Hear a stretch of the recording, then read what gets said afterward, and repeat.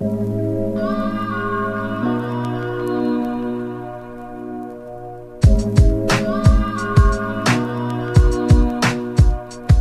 right.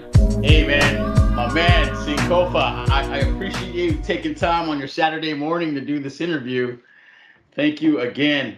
Yep. Hey, so with that, why don't we just start with just having you introduce yourself and telling us where you're from and what you do. My name is Sankofa. I was born and raised in Australia, moved to the States in '88, and Fort Wayne is my home. I am an educator. I teach pre-K, and my passion, other than being able to work with kids, is rapping. And that's what I'm able to do. Hey, did you say you were born in Australia? Yeah, Whoa, I had no idea, man. Were your parents working out there or? yeah, yeah. My mom and dad were born and raised Southern California, like Long Beach, San Diego. And then they graduated. There were no teaching jobs. So the Department of Education in Victoria flew them down and offered my dad a 1-year contract. And that expired. Then they came back to California, still no teaching jobs. So they went down. And then a couple of years later, my little brother was born and we stayed there for a while. Oh, that's wild, man. Were you guys in Sydney or any other part of, oh, Victoria, you said, right? Yeah. Okay. So we were in a city called, well, we're in a town called Geelong, which was, or a town called Belmont, which is near Geelong, which is an hour's drive away from Melbourne. Like Melbourne would be the touchstone for most people when they'd be like, Australia? Yeah, like southernmost, pretty much.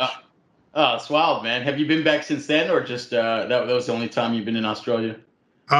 We went back 2 years after we moved, so 1990. My mom, my brother, and I went back to see our old friends. Yeah. Oh, that's awesome, man. No, man, I had no idea. Hey, with that, how long have you been making music? I know it's got to be well over 20 years now, man. But you tell me how far back. Shoot, I want to say like I went over to Sweden to work with Casualty to like figure out the basics on like how to rap in about either late '98 or early '99. And that's when I recorded my first song. And so, geez, we're at 20. Yeah, so like 24 years now. That's About 24, man. maybe 25. Whoa, 1998, and so and we'll talk about Casualty too, which is dope. So, did you record your first song in Sweden or was it back in Indiana? No, man. I wasn't even living in Indiana at that point. Like I came back from China wanting to learn how to rap. And then I was like, okay, I'm going to visit my man in Sweden, going to visit Casualty. And so he taught me the fours. We recorded over there at DJ Erase's spot because DJ Erase was the producer for the track. And then it eventually ended up getting to vinyl. So I was in that super rare position of being able to have the first song I ever recorded go to vinyl, which was amazingly dope to me. Crazy. And I'm gonna bring that up too because that's really cool. And I own that vinyl before I met you, so that's wild. And so was it like I mean, you just didn't have the passion to rap or begin rapping then. Who motivated you to want to try to rap? Who were you listening to in the late '90s? Well, I started listening to like '88 when we moved to the States. '88 is when Yo MTV Raps hit the air. Yep. And so like I come back from school and my mom only let us watch half an hour of TV each day. So my workaround in not having Yo MTV Raps count is I had an old school TV. So we turned the bright down. So you couldn't see any picture, but then I could hear the music. But then when my mom wasn't looking, I turned the bright back up so I could watch the videos. Oh man. So like all the dudes from back then were my inspirations, the Ice-T's, the DOCs, the Run DMCs, MC Rens, like you just go down and down the list. And those guys, like I always loved the way that they worked with language. And then it got to Rascass and Chino and just, it kept growing. But I didn't really think I wanted to rap myself until I was that year in China and John Doe was sending me tapes with him rapping on them. Casualty was sending me mixtapes. I had a tape with Spawn rapping on it, Spawn and John Doe being double helix. And so that was the point because I've been like writing raps on message boards for ages, but not any concept of delivering them. So when I was in China, I'm hearing them. I'm like, this is my next step. I want to make music, not just write. I want to take that language and put it on the beats and have the format it that way. That's crazy, man. Like, I know, like, as I was going through your catalog, you do a good job of like referencing all the classic rappers and paying homage to them. So that was pretty dope. And then you mentioned that you were writing raps and the message boards. And were you ever on Hip Hop Infinity at all? Oh During yeah, the battles online? yeah, I yeah. think it was. No. You see, Hip Hop Infinity came later on in the whole like Yep. online rap community. Like the first sites I was on was like SethRose.com, which is why I purchased that domain name as a redirect to my Bandcamp, because that was like one of the first like main, Netsy websites. So Yep. that's why I swooped up that URL, and there was the Guillotine, and there was the Lands, there was Honeycomb Hideout, Yeah. there was Davey D's website, and there was like undergroundhiphop.com, and then along came Hip Hop Infinity, and then Philaflava, and all those things popped up. Oh man, so I probably like I'm familiar with the Lands and then Hip Hop Infinity. So I didn't even know like where Seth Ross is from. I Mhm. had meant to ask you that, and I'm glad you brought that up, man. So Seth Ross, I didn't know was an old battle site online. I'll have to look it up. That's crazy. Oh yeah, there may be some screenshots of it somewhere, Uh huh. but that's where I'm pretty sure that's where I first connected with John Doe Okay. and Spawn and Casualty. And those dudes were already like legit rapping at that point. Like Yeah. real audio wasn't even streaming at that point. So it wasn't like you could have a website where there'd be like streaming real audio clips. Like you were going to get something, and the internet speeds being what they were, Yeah. it was probably easier for them to just send me a tape. Yeah, man, that's wild. And now I'm trying to figure out all the connections, how they were made, and so this explains it. And as far as rapping, was that it? Were you into like DJing, or were you into like graphing at all, or b-boying, No, or was it just straight rap? I have a great appreciation for that. The way I look at it, like I'm continually trying to hone my one craft. I am Yeah, not multi-talented enough to be able to be coordinated enough to dance. I got no can control when it comes to graph.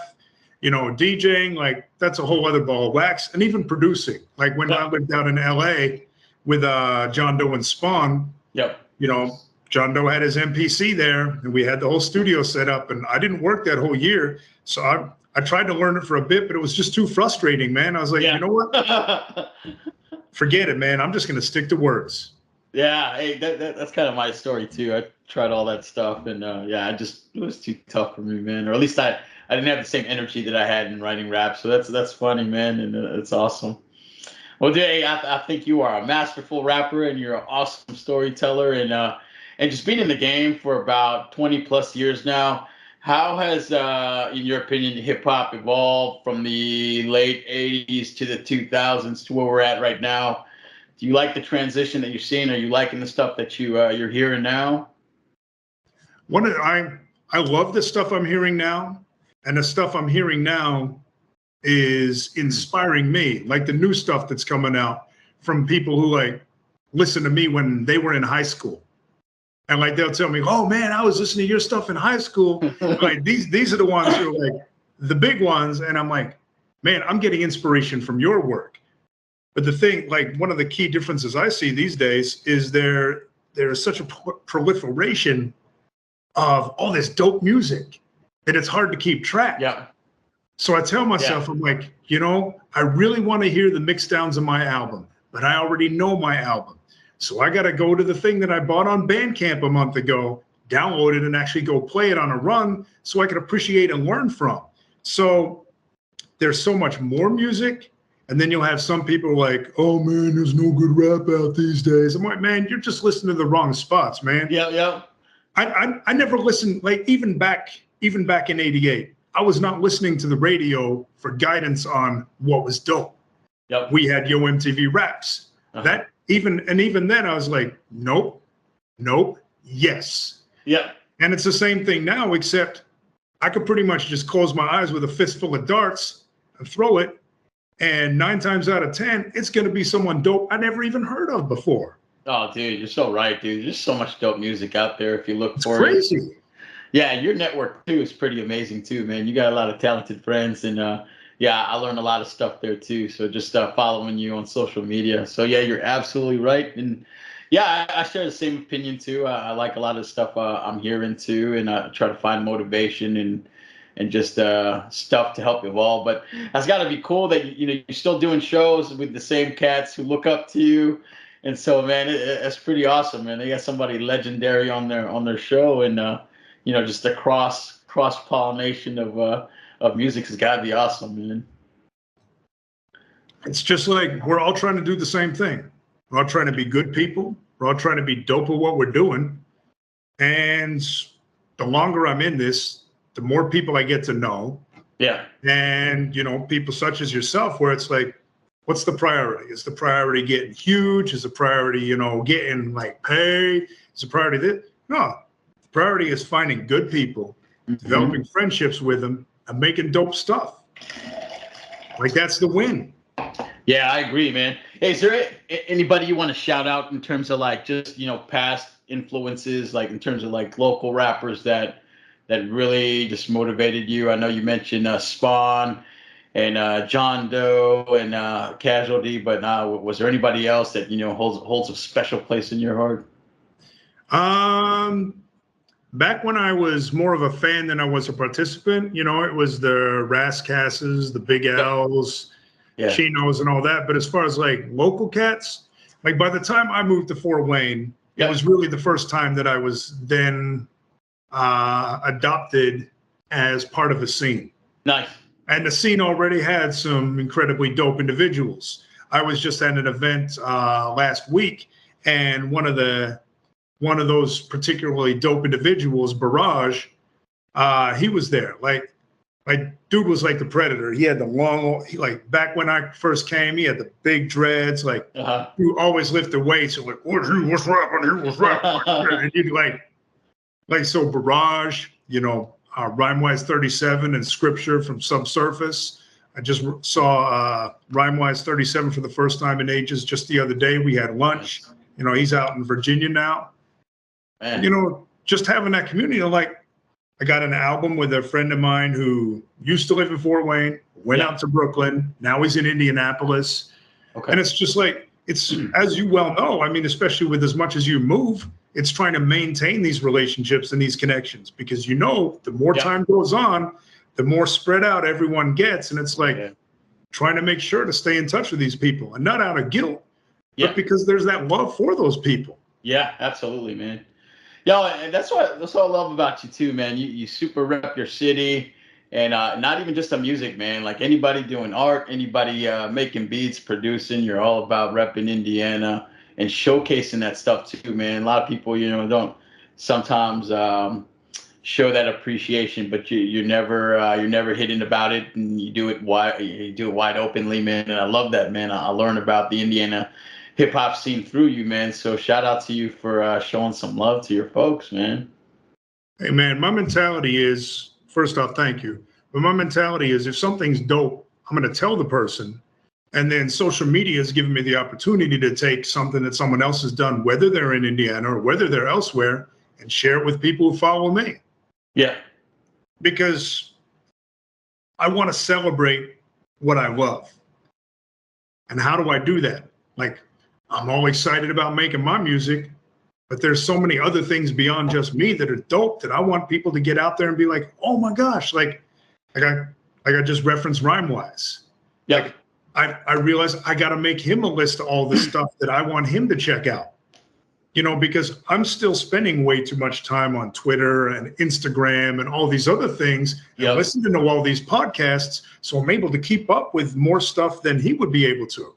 So I got to tell him about Mighty Healthy. I got to tell him about Zilla Rock. I got to tell him about all this stuff. Yeah. Oh man, that's super fresh, man. Well, with that too, is a big one that I was excited to ask you about. Was your rap name Sankofa, man? I think I try to find like references or any stories on how you came up with your name, but I couldn't find any good ones. So, hey, for the people, man, can you tell them how you came up with your rap name? All right. Well, 95, 96, I discovered the internet because my professor for speech communications made us go on the internet, which back then was futuristic. And so I'm on the internet and I'm in Minnesota at the time. I just came out of a high school where I was one of two dudes who listened to rap and got made fun of for listening to rap because it was that long ago. So I'm on the internet. I find these message boards, Seth Rose and all that stuff. And I come up with my first message, like my screen name. And it was Mystifier. But it couldn't be just spelled normally. It was uppercase M-I-S-T-A. And then there was a space between those uppercases. And then it had the F-I-Y-E-R in lowercase. I love it. And when that was just my message board name, I was cool with it. Yeah. And there was a dude at my college, a friend of mine, I played basketball with every once in a while, pickup games or what have you. And he came by, he's like, "Hey, what's up, Mystifier?" And I was like, "Whew, I have to change that." So because it just didn't sound good. It didn't feel good because I never considered myself Mystifier. That was just a screen name. Yeah. But then when he, addressed me as such, I'm like, this is not it. Yeah. So back then, this is getting to the Sankofa part, I promise. So back then I had a subscription of Vibe magazine. And before the super specific and targeted demographics, it was like, oh, you have a subscription of Vibe magazine, you must be this particular demographic, right? So I'd get promotional mailings. And one of the promotional mailings I got was for an upcoming African-American health magazine. Okay. And so I'm opening the brochure and I'm reading through it, and it says Sankofa, an icon turn, meaning learning from the past and building for the future. Now, I don't know if this was the same day that dude is say, "Hey, Mystifier," but it was at that point I'm like, this is a unique word. Yep. This describes where I am philosophically, learning from the past and building for the future, while still somehow trying to be, present, which is still a challenge these days. Yeah. And that's when I changed my screen name to Sankofa. Wow. And that was even before I'd considered beginning to rap. That was just my screen name. But then as I rapped, I kept it. Yo, that's great, man. I love the meaning behind the name, and it sounds hard too. And man, that's cool. Oh man, I just never got the story on how you got your name, and I've known you for so long, and so that's awesome. Thanks for sharing that, man. Man, hey, so with when you do when you're writing your songs, how's it kind of work? Do you let the beat kind of define the topic, or do you kind of start, you just kind of start brainstorming topics before the beat's even played, and then you try to fit it on, you try to fit it on a certain beat, or what's kind of your songwriting process? My songwriting process is essentially being present within that moment. And being present within that moment in the context of songwriting is listening to the beat. First off, am I feeling the beat? And if I'm feeling the beat, then what is the beat making me feel? And then I will go down that path.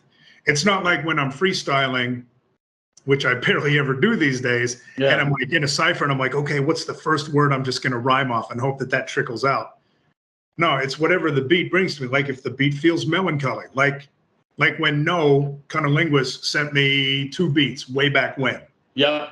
And I heard those 2 beats, and the one beat, I was like, this is going to be the song about my dad. Okay. Because the beat had that, it had those undertones, that melancholy, that powerful emotion. I was like, This is the song I have to write. I mean, there will be times when I occasionally have a concept in mind and then listen to the beat and write it. Yeah. But most of the time, I'm just open to the beat. Yeah. And wherever the beat takes me, I just roll with it. Nice. And are you just writing through when you put that verse together, or are you brainstorming lines and then you come back and kind of just combine them? Or do you choose to get the verse out and then edit it and then go back to it and just edit it? I'm one of those edit guys, and I try to write through the verse so I don't get writer's block. But what about yourself? I tend to write whatever is in front of me. Yeah. Now, if it's a verse or if it's a song, start, and when it's done, I am done. As far as the editing process goes, I do a lot of pre-editing. Yep. Like I may be listening to a beat as it's playing on my phone in the car, and I'm like freestyling lines to it. And if I like one of those lines, then I'm going to write it down. Nice. But in freestyling it, I'm changing the inflection point. I'm changing where certain words are, how they're going to land, you know, cutting out words, adding words, so that by the time I write it, I've already done the editing process. Yeah. Like it's all going through my brain. I chew it around in my mouth, see how it feels, experiment like 5 different ways that line could be said, and then it gets written down. So by the time that it gets written down, it is to that particular beat. Yeah. And it has already been pre-edited. I am awful at going back and adjusting things. There is part of me that wishes that when in my creative process, that I'd be able to go back to something and redo it. But for whatever reason, it is against my nature to go back. Now, there have been instances where I need to re-record something. Yeah. Like, I'm working on an album with Tallyrod, and he produced it all. And I recorded it, and he's also my engineer. And he's like, you know, the sound was, I says, okay, I'll record it somewhere else. So I recorded it somewhere else. And he's like, you know, the sound is, and he was right, mind you. And it was the quality of the sound. So he guided me through these various spots in my home until we found the spot where like he did the one-on-one, like shoot a video of this space where you're recording. Let me see this space. Okay, there's the issue. How about you try this space? Oh, wow. Oh, there's still an issue. What if you go to this space and then you have this set up and that set up? So that's how I ended up recording pretty much most anything anyone's heard in the past year or so, like down in my basement. Oh, it's an unfinished basement with a washer and dryer, like right over there, and my wife's grow tents, you know, behind like some blankets and curtains and tarps and stuff. Yeah. Oh man. Yeah, and I've seen like the pictures too. Like, you know, when you post, sometimes you're recording in the kitchen, sometimes you're recording in the closet. And I have a similar process too, because I just don't have a space in the house where I can rap. And you know, I got this little piece of the bedroom where, or at least one of these rooms that I rap at. So that is awesome, man, and that's good, man. You're open to criticism, and Tallyrod is a bad dude, man. Yeah, man. And nice, I mean, man. I'm thankful that I'm at the point now where, like, earlier on when I was rapping, if someone would have given me a suggestion or something, I'd be like, no, man, no. And now, I mean, there is still that voice in the back of my head, but I managed to drown it out enough to say, like, look, what's the big picture? What's the overarching goal? Is the project for me to say I'm dope, which I don't need to tell myself because I already know I'm dope, or is it to try to make myself better? That's right. If I'm going to be able to make myself better by listening to someone else who knows what they're talking about when I don't, then I'll do that. Yeah. And another reason too is why I like working with a lot of people too, is like it brings out a different me in the song too as well. And so, yeah, that nowadays is the challenge, right, for me, just to progress as an MC. And like you said, man, I'm not big into trying to blow up and be big, and just I just want to leave the best music possible, and I don't want to be single-sided. I want to be multi-dimensional in the style that I'm man, and you've been doing that, man. Yeah, like it trips me out, like that you were the dude on Scorpion Circles, like you and Genelec, and like back then I was like, man, he's getting all these props. Who's this guy think he is? You know, and all these years later, I'm like, this is one of the nicest dudes I ever met. He's a goofy dude. That same thing too. But back then I was like, oh no, man, these props, no, these are my props. You know, so man, that's so there is your moment of honesty. Clearly, I no longer feel that way. But you know, back when there was that hunger, back when there was that, oh man, I'm gonna get the production and distribution deal. They're gonna press my stuff up in Japan. I'm gonna go tour Europe off of this 12-inch. You know, all those dreams that I no longer have. Yeah, and I feel you, man. And it's funny, man. Just first impression of people when you hear their music, and I probably share this. The music was dope. It was my jealousy that made me just not be able to hear what it is. Yeah, no, you're absolutely right, man. Well, it's dope, man. Well, I'm glad we're good friends now, man. And Yeah. I get the honor of talking to you about all that old stuff. And like I said, man, I went back to your catalog from the early 2000s, and I started with White Collar Criminals, man. So Invest Uh, Mentality. Oh man, that was my first introduction to you. About the same time that we put out Scorpion Circles, and you did it obviously with John Doe and Agnes. And to me, that's an underground classic. And I'll talk about how I'm a proud owner of that CD. I do have the original copy. And then you found a gem. You found a box of a couple yeah. of them laying around. Mhm. I couldn't resist. I had to buy like two more just so it's so awesome CD, man. And how did that connection with Agnes happen? And so I know John Doe, you were friends with him already, but how'd you guys link up with Agnes, who is based out of Santa Cruz, and John Doe is in Southern Cali? Yeah. Again, I think it was like message board stuff. Mm-hmm. Like, because it was Agnes and Manic Depressive. So they were suspended animators. That was the production Oh, team, that's right. and they had reached out, or Agnes, because he was always the more outgoing one of the two. I Okay. think he reached out to me about working on a project. So I took a Greyhound to from San Luis Obispo, where we were at the point, to Santa Cruz, and I stayed at his folks' place where he was living, and we worked on that EP, which was the SA2 EP. Now, SA with a dash and a two because it was Suspended Animators, Yep. and SA being the first two letters of my rap name. Ah, dope. I own that CD too. Yep. Yeah, and so Addy, who did my logo and did the kind of linguist cover, and then like Mac Lethal's first album cover, and Superstition's 7 Years of Bad Luck, like Whoa. he did he did artwork for SA2. Crazy, amazing cover. You know, Yeah. before the music was even done. Like I told him this concept. I was like, I want this post-apocalyptic world where there's like a spaceship that's landed and there's just like cockroaches everywhere and there's like scrolls of like these alien blueprints. Because to me, that was going to represent the music. And then we recorded the music and it matched nothing like beautiful, incredible, amazing artwork. And I felt so bad, but I knew that his imagery wasn't the fit for the music itself. Okay. And to his credit, he understood, but he'd already put in all that work and he does everything by hand. And he was in dentistry school at that point. So he Oh. was just like busy, busy, busy. And here I am like, hey man, can you do this? He's like, yeah. And I don't know how many hours he spent on it. And then I'm done. I'm like, ugh. Sorry, dude. Agnes has this photograph of like a burned down church. We're Yeah. going to use that.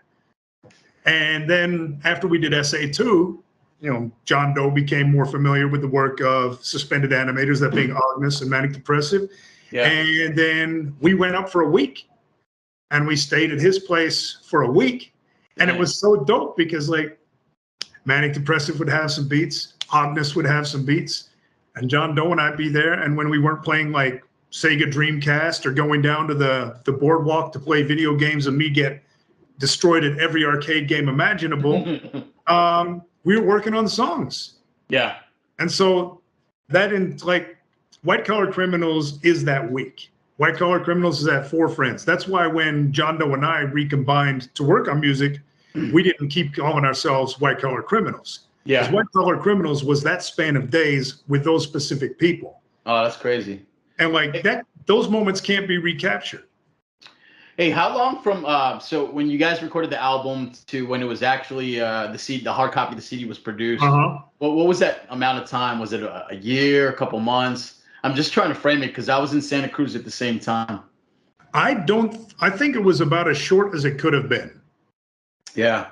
Yeah, so man, we must have been in Santa. Yeah, we were actually in Santa Cruz at the same time. Me, Genelec, and because after that CD came out, like I'm sure I met Agnes through Hip Hop Infinity, but we had exchanged some text messages, Mm-hmm. not text messages, some messages on the board. But Yeah. he ended up coming over to the house and just we hung out for a little bit, and I can't remember if he brought me a copy of the CD, but I asked him to look through some of the records that we had and that we picked up from a swap meet, and say, hey man, go ahead, take some records and use them for sampling. But we had talked about the production of that album, so it's crazy for me to think the CD that I hold in high regard, that I was actually living in the same city when you guys put that CD together. That's crazy.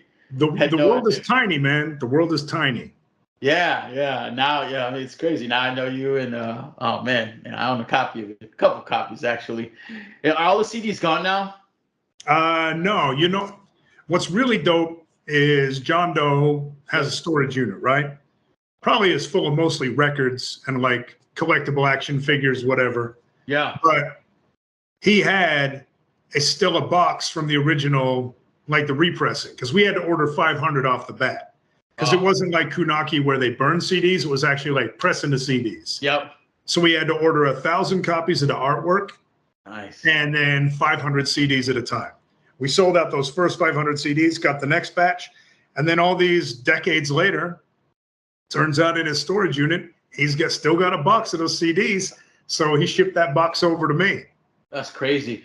And I like for a while I had lost the original copy, and like over the years, man, those are one of the CDs that if I found it online and they were selling for $100, like I would have put my money on it, man. And so I'm gonna stop this interview real quick and tell everybody, whoever's watching this thing, you got to own that CD in your collection, man. So if any of the copies remain, like he mentions, and they'll probably go quick, man. So hit up Sankofa, pick up a copy, because that is a diamond in my collection, man. I'm still a big collector today, so I'm honored that I have it, and I have a signed copy too, man. So that's my fanboy moment. Yeah. All right. Well, cool, man. And then so okay, so you were living in California. Yeah. And then, man, just the tracks in general. So I had a couple favorites too.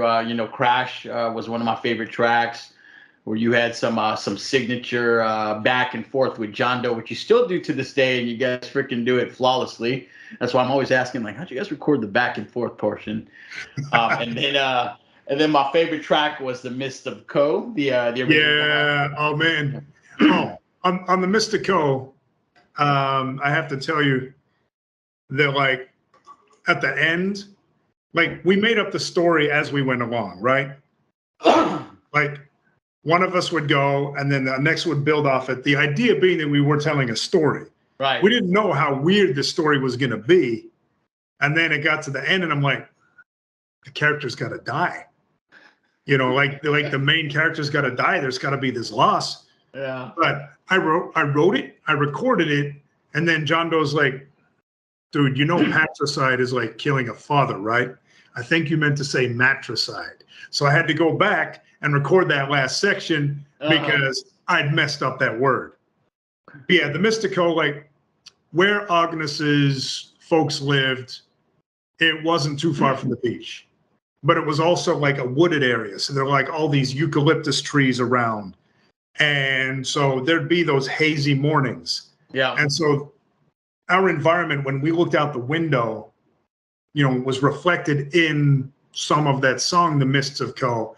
Yeah. And as for where we came up with the name Co, I don't know, dude, but it worked. Yeah. So was that where the bluebird reference comes from? So did you guys actually see a bluebird out the window? Yeah, man. Like there were beautiful trees, there was mist, there were birds. It was just this super peaceful, opportunity to reflect and hang out with people and play Dreamcast and all that other stuff and eat what? Like, what are those Totino pizza rolls? I think Yeah. those.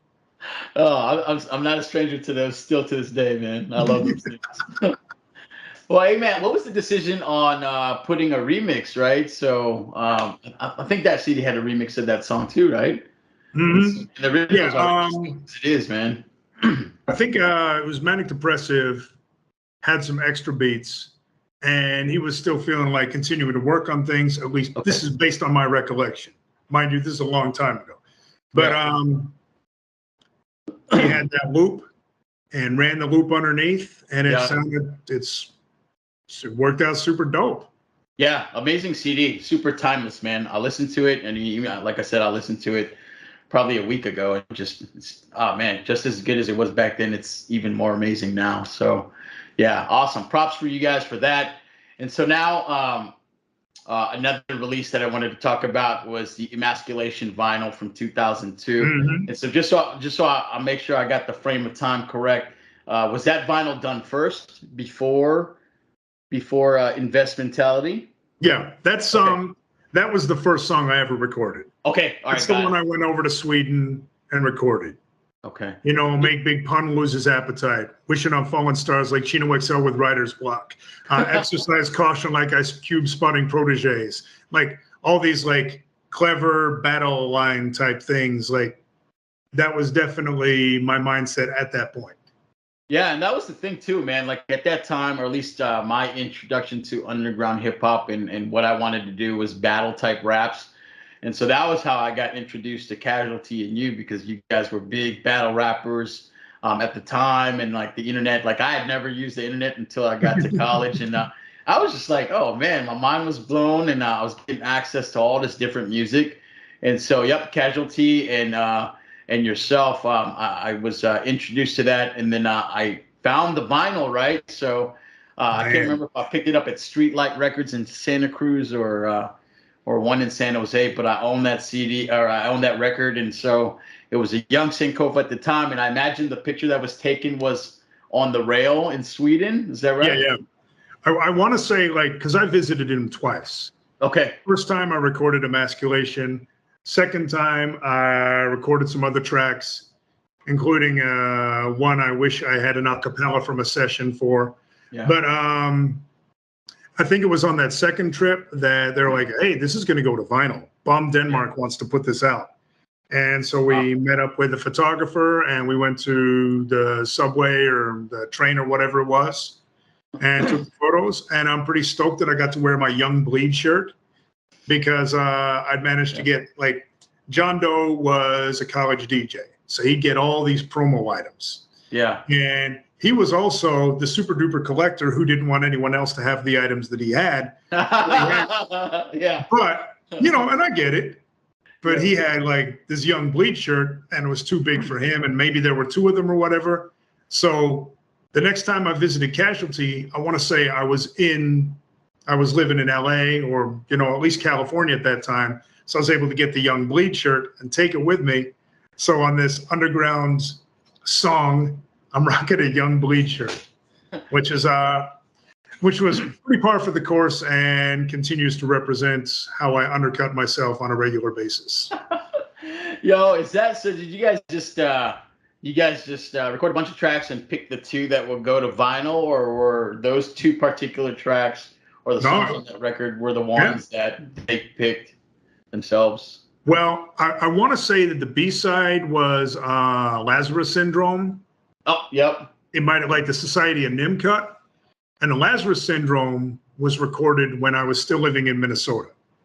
Now, mind you, we had to mail an ADAT tape, you know, which is like for those of you who aren't unfamiliar with an ADAT tape, it's basically like a VCR tape, Yep. except it's for a studio. And so I got mailed an ADAT tape, and then I went to the studio and recorded a studio, and they put my verses on the ADAT tape, and then I shipped the ADAT tape off. And I want to say at some point there was an ADAT tape, and it had like some random Slick Rick acapellas on there, because these ADATs would get cycled around from studio to studio, but Dude. but I couldn't tell you what it was, but I'm pretty sure there were like Slick Rick acapellas on this same ADAT tape that we were Crazy. back and forth for Lazarus Syndrome, which Yo, ended up being the B-side for Emasculation. holy cow! Who knows if those Slick Rick track verses ever came out? Yeah, But not me, yeah. man.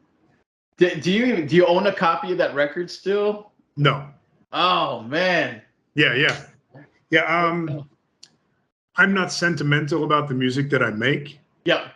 and the various goods that come with it. Like, if I happen to put out a T-shirt and it sells out, Yeah. and someone happens to wear the same size that I do, and they're looking for a shirt and I haven't worn it, it's gone. I would much rather my stuff be out there Yeah. rather than me holding on to it. I already hold on to enough stuff. I already have way too much Yeah. stuff. Yeah. I know I made music. Now Yeah. there may become some point at which I don't know I haven't made music or whatever. but it's all going to be out there and available. Like Rhymewise and I were having the same conversation. He's like, man, I wish you keep your stuff. I wish you do this. I'm like, I am not here to lionize myself. I'm not here to make a shrine to me. Like, here is my stack of stuff. I know I've done stuff. Yeah. I don't need to prove it to myself. Let someone else have it. If it brings them joy, awesome. That's a good point, man. Yeah, and it's great, and I'm glad I own a copy of it. So I am too, man, because it means that much to you. yeah. Would it be kind of neat for me to have one? Sure. Yeah. Am I like, oh, that's a grail? No, man. I get to No. make new music. That's what matters to me. That's right, man. Well, hey, so do you want to talk a little bit just about Casualty in general? I just think he's an amazing rapper from Sweden, and just man, I would love for his stuff to resurface. It's all over online too as well. But do you know if he's still making music? And I know you keep in touch with him on off basis. Yeah. Yeah, I stay in touch with him primarily through Instagram. Okay. Love that dude. One of my great friends, mentor. Yeah. He my take is that he got to a point where his philosophical musings overcame the dopeness that he was as a rapper. Yep. Like, you start looking at a word long enough and you start seeing all these different layers to it, and then you lose the meaning of the word. Yep. So he had mastered the setup and the punchline, and the setup and the punchline, the build up and everything being just so. And he would bust my chops about like, that doesn't really rhyme, because it had like the vowel sound, but not the consonant sound. And he's like, that doesn't really rhyme. When he pointed out, I was like, dude, I don't care. It works. Yeah. I mean, he was telling me where to land things. Yeah. When it came to like me determining what rhymed for me and what rhymed for him. And the thing about him is, what rhymed for him is he picked up a lot of his English language by listening to East New York rap. Yep. Like, go to Sweden, pretty much everyone speaks English. Yeah. Go to Sweden, pretty much almost nobody except for him speaks like they're from East New York. Yeah. And so he's like, I don't know how tall he is. Maybe he was like 5'8", maybe he's 5'10" at the time. But, I'd be walking down the street with him, and he'd have his baggy jeans, be walking like the width of his stride was such, like he was taking up the whole sidewalk. And he epitomized that whole East New York attitude. Yeah. That whole East New York, style. And he was incredible while he was at it. Yeah. And then the more he was at it, the less he was feeling it. And I think, other than doing like some interludes on Ink from Rust, pretty much hasn't recorded. Yeah. He's wild, man. He's a very thoughtful individual. Yep. He's a huge, animal rights supporter. He's big into understanding what is going on in society. And he sure is. He's one of those people who sees the rest of the world and feels the pain of the world, and then starts to become overwhelmed. Mm.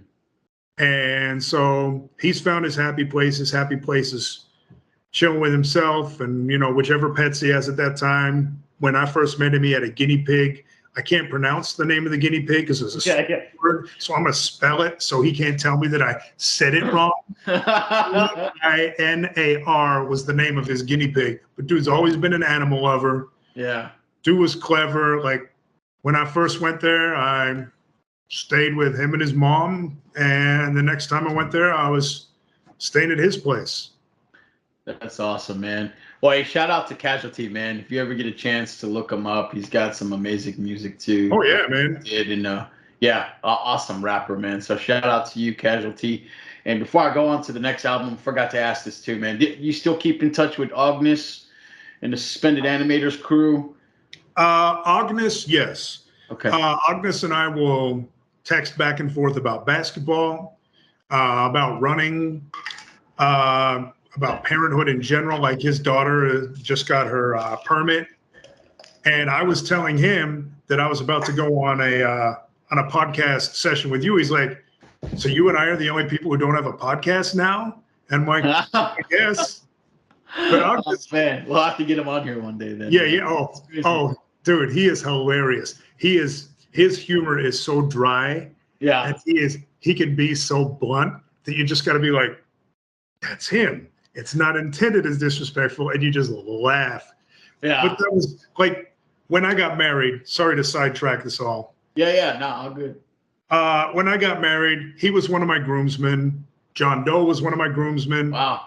Rhymewise was one of my groomsmen.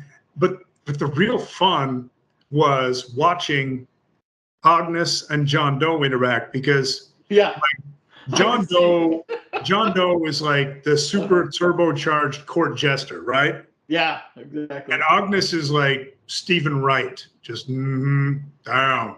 Yeah. And Rhymewise 37, subsurface dude, he just like, wow. Because those guys were so opposite, but the chemistry was so amazing that those dudes are just hilarious together. I can see that, man. Oh, that's funny. So yeah, I stay in touch with Agnes. I'm Yeah.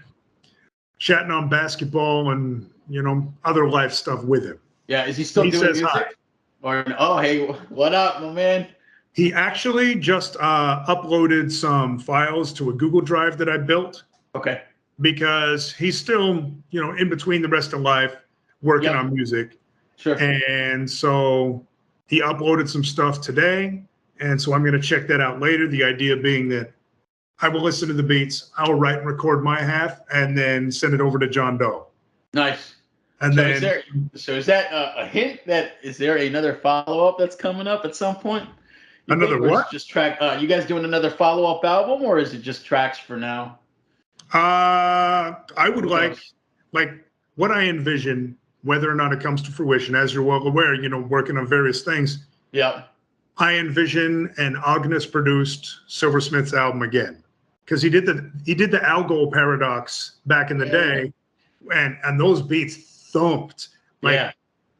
I used to have those CDs. Jason Rowland, an artist I know from Indiana, Yeah. incredible stencil artwork. He did that cover. But what I envision is a Silversmith's album produced by Agnes. Now Oh yeah. we already have a Silversmith's album produced by Chopzilla. He's a super dope producer out of Indianapolis. I Yep. think he has all the vocals. Um, we have written a Silversmith's album to a whole batch of Agent Orange beats. Yep. And then there is a Silversmith's album that has been mostly recorded, but we don't have the vocal stems all isolated over Tallyrod beats. So Unbelievable, man. we got like three Silversmith's albums in various stages of completion and working on a fourth before any of the others come out. Dude, did you just say that there's another Agent Orange album that you're talking about? This is the second one that nobody's Yeah, heard yet. Holy yeah. cow, man. Well, That's well great. he did the beat shall inherit the verse, That's right. and we got him the vocals, and then he fell off the face of the earth. And then all these years later, like we hear back from him, and he's gone through his typical trials and tribulations. Like this Yeah. dude, you would not believe his life unless he told you. Uh-huh. And then you're like, oh, and more stuff happened to you. So yeah, after he resurfaced, he's like, oh, I had to rebuild all the beats, but I've rebuilt them. So I should have the album to you in the next month. And I'm like, I've been texting the dude, I've been emailing him, like as a friend, like I'm worried for him. Like this is Yeah. the same guy who's like was driving a street sweeper and got hit by a train and flung out of his boots out of the street sweeper onto Yo. the street and like got into a fight with his girlfriend's ex and ended up losing a bunch of his intestines. Like, yeah, this is Agent Orange, man. This is him. Holy cow. So now you understand why I was concerned as a friend, Yeah. not so much as a music lover. Like, I don't care about the music, man. I want you Yeah, to be okay. absolutely. But he was okay, and he's just cackling and laughing or whatever. So, and then he just threw us another stack of beats. And Wow. so I wrote and maybe recorded two of them, and John Doe's written two of them. So yeah, that at some point could and would come out. Maybe I don't know. Yeah. Wow, that's awesome, man. Yeah, so I didn't know about the second album. That's dope. Well, good, man. Hey, thanks for sharing the background on August, and I'm excited to hear what comes out of that. And so moving on to the next album. So I wanted to touch on your Ink from Rust album from 2017. who was produced. Was the entire album produced by John Stone, or was Yeah. okay? Yep. All right, cool, man. And John Stone, where's he from? Is he from Indiana too? Or John Stone is from Detroit. okay. I All first right. met John Stone when I was an opening act for a rap band at the time. And the rap band was coming in from Detroit, and the band was named the Prime Eights. Prime like Optimus Prime, and eights like the number plural. Yeah. And he and another guy were the rappers, and then there was the band behind him. Okay. As is usually my case, I gave them some music after the show, and they listened to it on the drive home, and they were impressed. And then he'd mentioned the possibility of working on some music. And mind you, I'd been what, on sabbatical for 3 years after the birth of my first son. Yeah. Because I really wasn't interested in rap, but said all I needed to say. But then he sent me beats after beats after beats, and we eventually crafted that album together. Unfortunately, Casualty was at a place where he was willing and able to listen to the songs and then record interludes, and he ended up recording them on his iPhone. And then we got the files from his iPhone, and they became the interludes, which John Stone mixed down. Now, John Stone, like Primates, is no longer. John Stone is since solo, and his new name is Damo the Great. Damo, Damo. Yeah, holy cow. So if you see Damo on socials, Damo is John Stone, former rapper from the Prime Eights. Wow, yeah. If you go even further back in Detroit rap history, I want to say that he and the other lead rapper, and I wish I could remember the other lead rapper's rap name. They were Abstract Intellect back in the Detroit scene. That's crazy. Yeah, because I do see Damo pop up on your social media quite frequently, but I didn't know the connection. So that is John Stone. And shout out to John Stone or Damo the Great. He's got at least at the time, that sound I really enjoyed. It was a boom bap sound, which I thought had some like Mob Deep grit to it. And so, yeah, it's like the 32 Kennebec song and the Roga Rhythm track were just, I was like, man, the production was bananas, man. Yeah, and John Stone and I have recorded an album. It's been done for a while. I have the tapes. I have the tapes down in my basement. I got the 50 plus tapes ready to go. And the holdup for it is we want to press it to vinyl. And so we went through Mobanenko, which you introduced to me. So thank you again. And I'm basically waiting on the test presses. I think I put the order in at the end of June. Yeah. And so 50 Records and Kevin Lemanuel, who's Small World Enough, is the son of my son's first daycare provider, who's an incredibly dope artist. He did the cover art, and it's crazy. So yeah, Damo and I already have the project done. That's crazy, man. I have the tapes. I have everything uploaded to Bandcamp. It's in private mode, because you know how you can upload everything to Bandcamp and keep it in private mode. Yep. And get everything ready to go. So it's all ready to go. We're just waiting on the vinyl. That's crazy, man. Well, you know the deal, man. You got to hold my copy, and I'll be ready to purchase it the day of release. Yeah, that project is called Bleeding of the Golden Goose. Okay. I can't remember if you showed me the art for it. Was it the like charcoal looking skull? Yeah, I think you have. All right, awesome. That's great. And so already in this interview, I've heard you mention Rascass's name several times, as well as Chino XL. And so the first track off that album was Rascass, where I thought it was a great storytelling track where you talk about your past and then who you were at the time. And so, good homage to a legendary MC.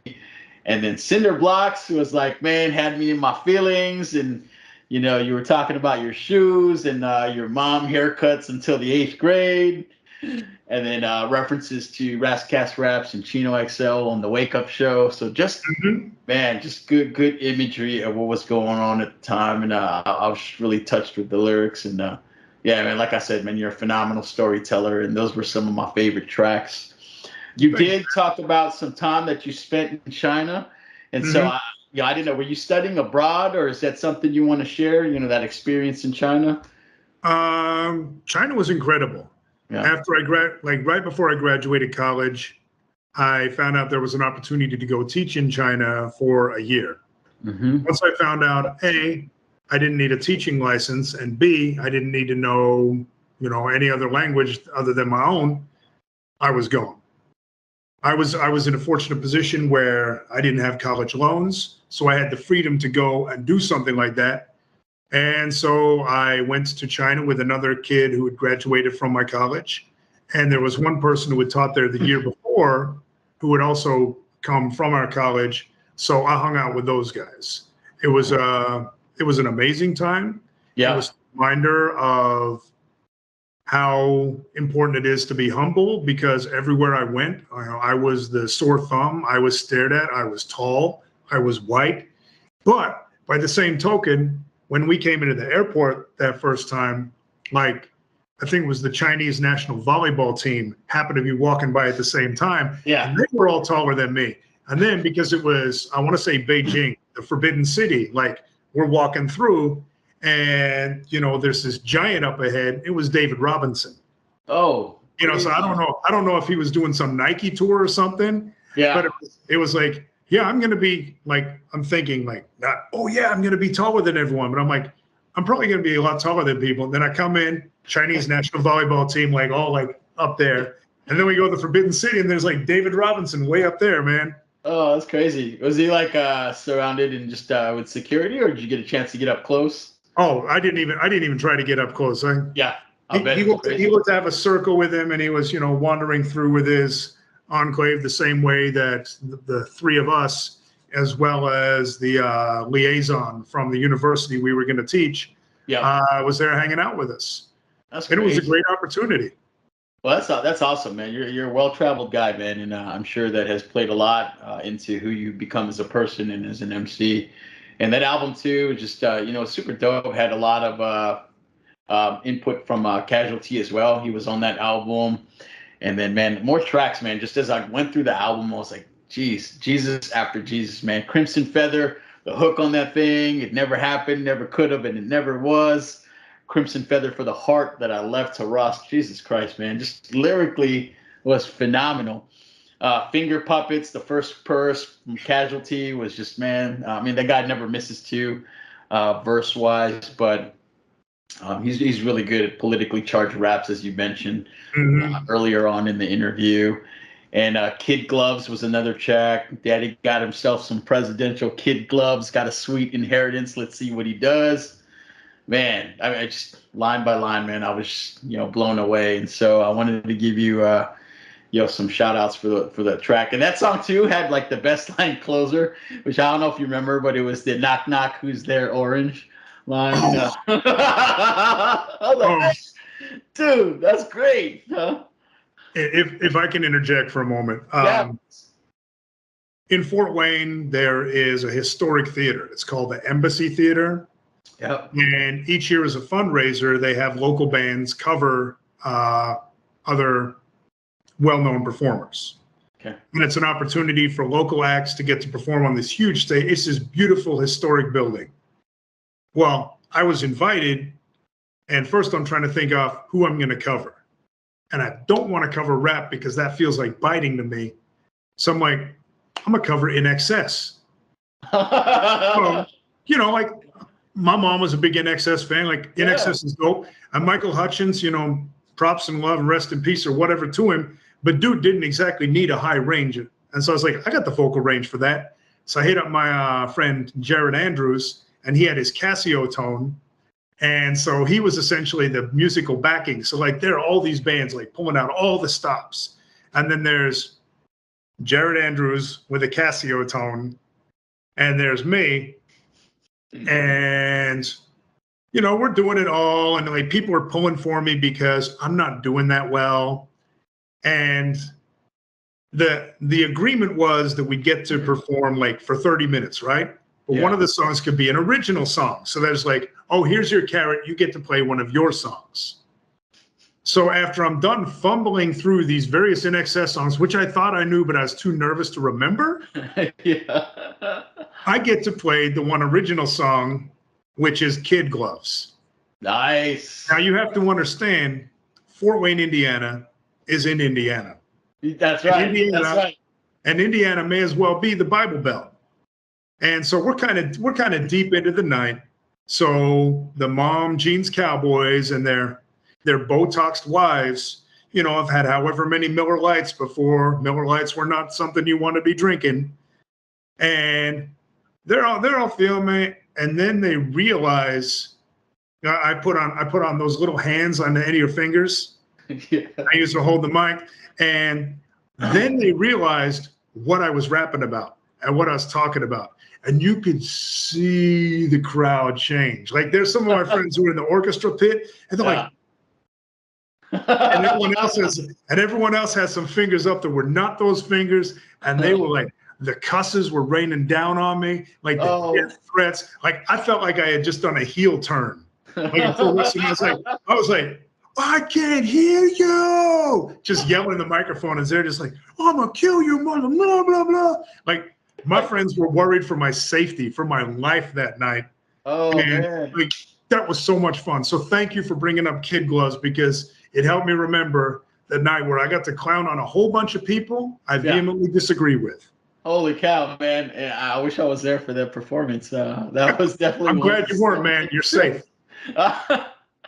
Oh man, dope, dude! And then obviously the album closed. I think it closes with "Ink from Rust," the title track, which was awesome. Just song shout out to your supporters. Without them, you know, it's just you, right? And so I agree, man. Nothing with the folks who support us, man. So awesome close to the track. Another 2017 album that I went through was 100 Magnets. That was produced by Jay Dankworth. Is he still making music too? Yeah, he's still making music. Okay. If you've seen cats rocking like the dig, find, listen, sample, chop, repeat. Yeah, absolutely. All that stuff. That's Jay Dankworth. Ah, okay. Cool. So Jay Dankworth, he's also an educator. He's out in LA. Interestingly enough, he was one of the first people when I was collaborating with. Like he wanted to talk to me on the phone. Yeah. Before we worked on music, it wasn't like your music is dope or like I like your raps, I like your beats. Cool, let's do something. He's like, I want to talk. Yep. And so we talked so that he could feel comfortable enough in having that rapport to then work on music. And so we did. And he sent me, you know, whichever beats. And you know me, I like to make more music. Yep. What I ended up doing is I recorded like 2 songs to one of his beats. So I'm like, okay, man, you've got however many songs from Ink from Rust, or not Ink from Rust, sorry, 100 Magnets. And I recorded another one. So what you can do is just take those, they a cappella, make a beat to it, and then we've got another song for our project. Oh man, yeah, they had the freezer pizza track, and just that's another thing you're good at is the title names, right? You pick. Oh, dude, it's so much fun. Yeah. and some of them I steal from my sons. Like they'll be having a conversation like, I have a song, Thick Shark with a Hook Tooth, right? And that was from one of my sons looking out the car window, and it was cold, and there was this piece of ice that was like melting and like running down the car window. It was like, that looks like a thick shark with a hook tooth. Or, you know, like Pain in the Business, or like Black Ketchup. Black Ketchup came from my youngest son. That's right. When he was trying to describe barbecue sauce. But if you didn't understand, that's awesome. But if you didn't understand that, and then by me taking out the vowels and making it just that one, you know, this one chunk of letters, it seems foreboding. And the music was foreboding, but it was all based on my then 3-year-old calling barbecue sauce black ketchup. Ah, that's great, man. Yeah, you certainly do. Like I mentioned, just, you know, have great names for these tracks and albums, man. And, you know, something too, like as I produce albums, I have some, or let's say put out albums out, you know, I got old stuff and then I want to be done with it. But, you know, sometimes, you know, people will ask for a repress and stuff. And so I don't know if you feel the same way, but those 2 albums I thought Like, man, I'd love to see those things on vinyl or just repressed. I don't know if you ever repressed them, but those are some great albums, man. Well, man, let me write that down then. Yeah. So yeah, a lot of good tracks, man. So yeah, I'd love to see that resurface too.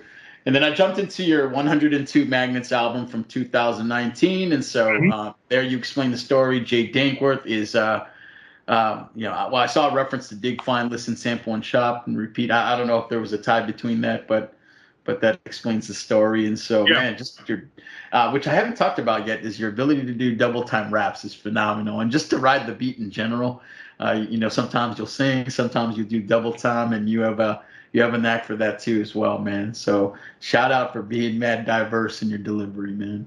Well, thank you, dude. That's why, like, for the song on the Chumzilla album, I'm like, what's the best bait I can have to get you something? Not that I would send you something and you wouldn't, come back with something, but I'm Yeah. like, how can I cater this specifically to you? So I was like, and then put your name all over the hook and then have it there. If I can speak for a moment on 102 Magnets, Yeah, please. Jay Dankworth, he like once we did 100 magnets, Okay. I have a tendency to be rather persistent, especially when I feel something is worth following up. So I kept following up with it. And finally, he got me these beats. And he's like, are you feeling these beats? And I'm like, yes. But the beats were like the intro, the verse, a hook, and the beginning of the second hook. And that was it. Like all the beats. And he's like, oh, you need to get it. You need to get a Castor Pollux, who was the guy who had engineered 100 magnets. I'm like, I don't understand why. But then and then I'm reaching out to Castor Pollux. Yep. And then I'm like, wait a second. These are all already formatted. Like these are like demos of beats. So I downloaded some app onto my phone and basically stitched the beats into complete songs. Oh, wow.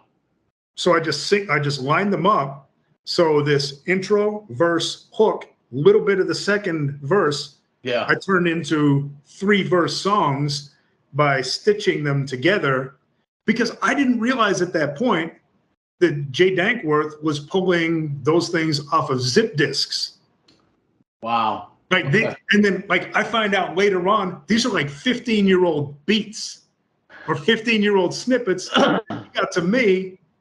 But I guess the lines of communication were such that I didn't realize that was all there was to the beat. I was like, yeah, can you stretch out this? He couldn't stretch out the beat. That was it. Oh man, that's crazy. So did he produce that entire album too with those tracks? Yeah. He Okay. he produced it with those snippets straight off the zip disks. That is crazy. Yeah, 15-year-old beats, man. Yeah, They were dope. they were super. I agree with that indeed. So, oh man, I didn't know that. And then I got through your $5,000 Flashlights album, and Burn the Cape was my joint. Yeah, And man. what I especially like about that album is that you had a reference line going out to Manny Pacquiao. And so I'm a Filipino dude, so I got a special place in my heart for Manny Pacquiao. So that was great. That was the standout line for me. But either you got it or you don't. And then that line, the fuel evaporates fast with miraculous fame. I see the metaphor in that, and I agree, man. So shout out again for just some superb lyricism, man. And in the ways that time can change, that song was inspired by Nas, because at that point he was on a run of mediocrity, in my opinion. Okay. And I mean, mind you, now he's had all these like Hit Boy, like he's back and sharpening the blade, doing all that stuff. But I don't know if it was him trying to do some double time or something on one of the Lust tapes 2 or something. But I heard that clip, I was like, this is garbage, man. This is not good. And so Burn the Cape was the whole idea of this is one of my my lyricism, vocal idols, just like water. And so that song was inspired by him. And just like with the passage of time, changing perspectives and everything else. Yeah. Now he's back at it, man. Now he's putting that work in. Yeah, no kidding. Burn the Cape is irrelevant when directed at him, but thematically, like the idea of us idolizing someone and why. Yeah, good point, man. And yeah, I think he was just going through some, just reinventing himself. So that's great. That's awesome. The story behind that track, which again happens to be my favorite, and a lot of other dope tracks that people need to check out. Some that I enjoyed personally were Pez Dispenser Neck and Rebar Bones. Again, more dope beats on that, and I heard a mention of Agent Orange on that song. Did he produce that album, or did he do some of it? Yeah. He did? Okay. Agent Orange produced all of $5,000 Flashlights. Oh, okay. Oh man. So I had no idea he did another album with you. So great. And so like the reason it's called $5,000 Flashlights, do we have time for this? Like I suppose you can edit it out if you want. Anyway. Yeah, let's go. Let's do it. His dad worked in the oil fields, right? So you're always clocking overtime, you're always getting banked, and his dad was a hoarder. And in one of his dad's rooms, there's security cams like set up in the hallway, and the door is locked. You open the door, go in, there's a safe. You open the safe, and there's whatever's in the safe. You remove the lining on the inside of the safe door, and there are flashlights. You take out the flashlights and unscrew the flashlights, and instead of D batteries, there are rolls of $100 bills. So each of those flashlights had $5,000 inside of them. Wow. So that is why the album is called $5,000 Flashlights, is because his dad legitimately had $5,000 in these flashlights in the lining of a safe in an office, which was locked and had like security cameras in the hallway before. Oh, that's some old school security of cash, man. That's great. I love the story behind it. Yeah, man. Oh, man. Dude, man, Agent Orange, man, very prolific guy too, man. And I'm excited to hear the new set of stuff that you guys put out, man. Well, dope. Me too. Yeah. So after that album, I jumped into which was my reintroduction back into your music. So, I took a break, just depending on the job that I got in the Army. Sometimes I'm more into music than other times, but I got heavy into it during COVID, and so that was where I first ran into your Glide Drexler album and didn't realize that you were still doing music. And this is my favorite Sankofa album cover of all time. Oh man, So, yeah, and I'm glad that you did the slip mat for it, and I own one, and that's my favorite. I still gotta get you the custom blanket that was printed up. Whoa, for that. Oh man, absolutely. I got it somewhere in my inventory. I got to go through, pull out the old man desk where my microphone is set up, and I will send that out to you. Oh man, dude. Yeah, who did the art for it, man? Oh man. A guy named Junkyard Sam. Okay. He's actually he was a fan of Casualties. Okay. And he's in the States somewhere. I want to say out Northwest or something. And he worked in video games. Okay. Oh, wow. Video game development, but his hobby was drawing by hand. Oh, and man. So I'd seen these things from something he did for Casualty, like this floating island, with Casualty rocking the mic and all this super detailed, whimsical stuff. And Junkyard Sam's like, man, I love your music. I would like to work with you at some point. I'm like, dude, are you kidding me? Yeah, your artwork is way better than my music, but I'm not going to say that. I'm going to say yes, please, and thank you. Yeah. So when I was working on Glide Drexler, I was like, this might be the opportunity for us to work together. So I reached out to him, and he's like, yeah, can you send me songs? And at that point, I wasn't recording at home. I was recording in the studio. So I had written some songs, but I had not recorded them. So I sent him the lyrics. And I sent him the lyrics to 6 songs. And so inside the Glide Drexler album artwork are so many Easter eggs. Oh man. I have a tattoo that was based on a drawing my now 12-year-old son made. And it's an orange, it's a rectangular orange skull.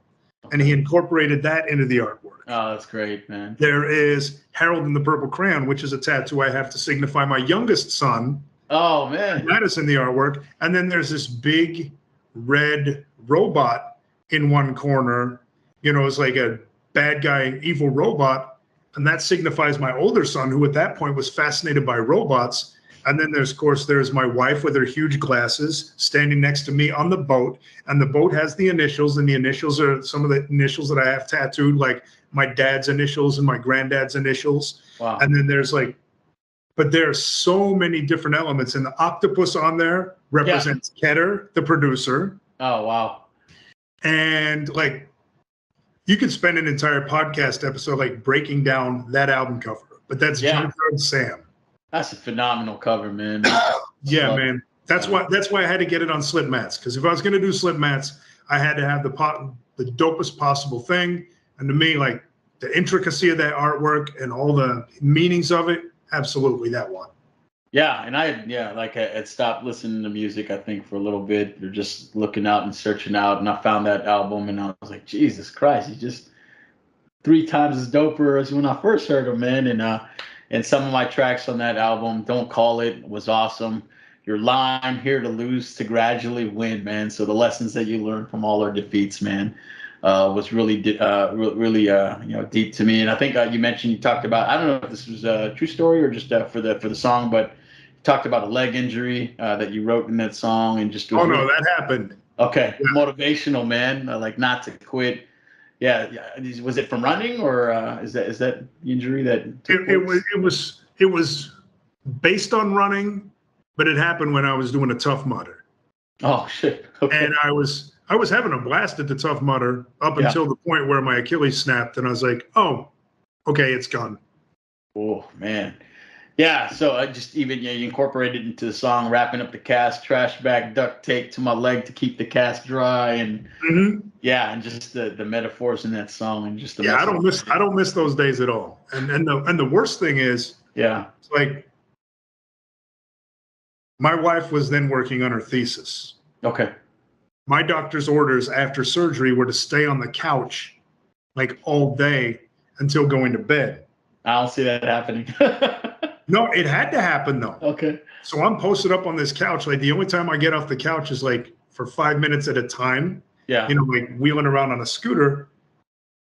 So my ability to be with our sons while she's working on her thesis, you know, like all that stuff, like the reverberations of that moment.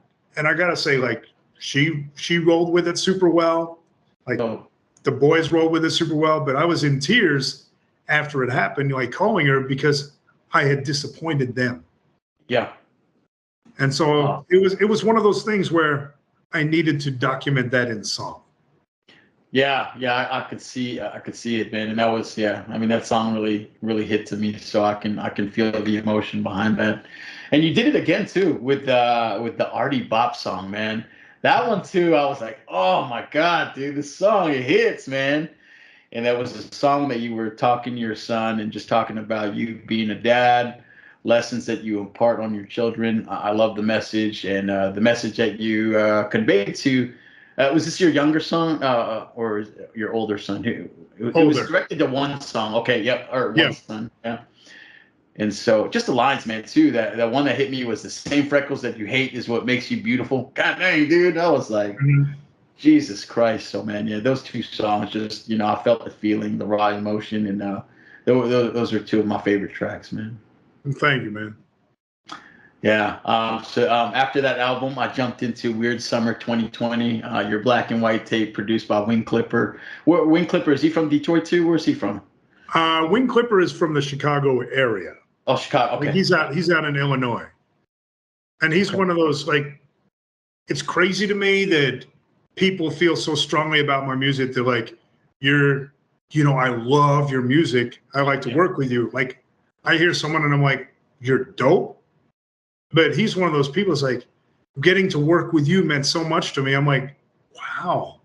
Like, it's humbling to have those moments where it's like, the stuff that I have worked on, the stuff that I have put out, the stuff I take care with my friends to get out there means so much to someone else. Yeah. Like, I don't really think about that when I'm making the music.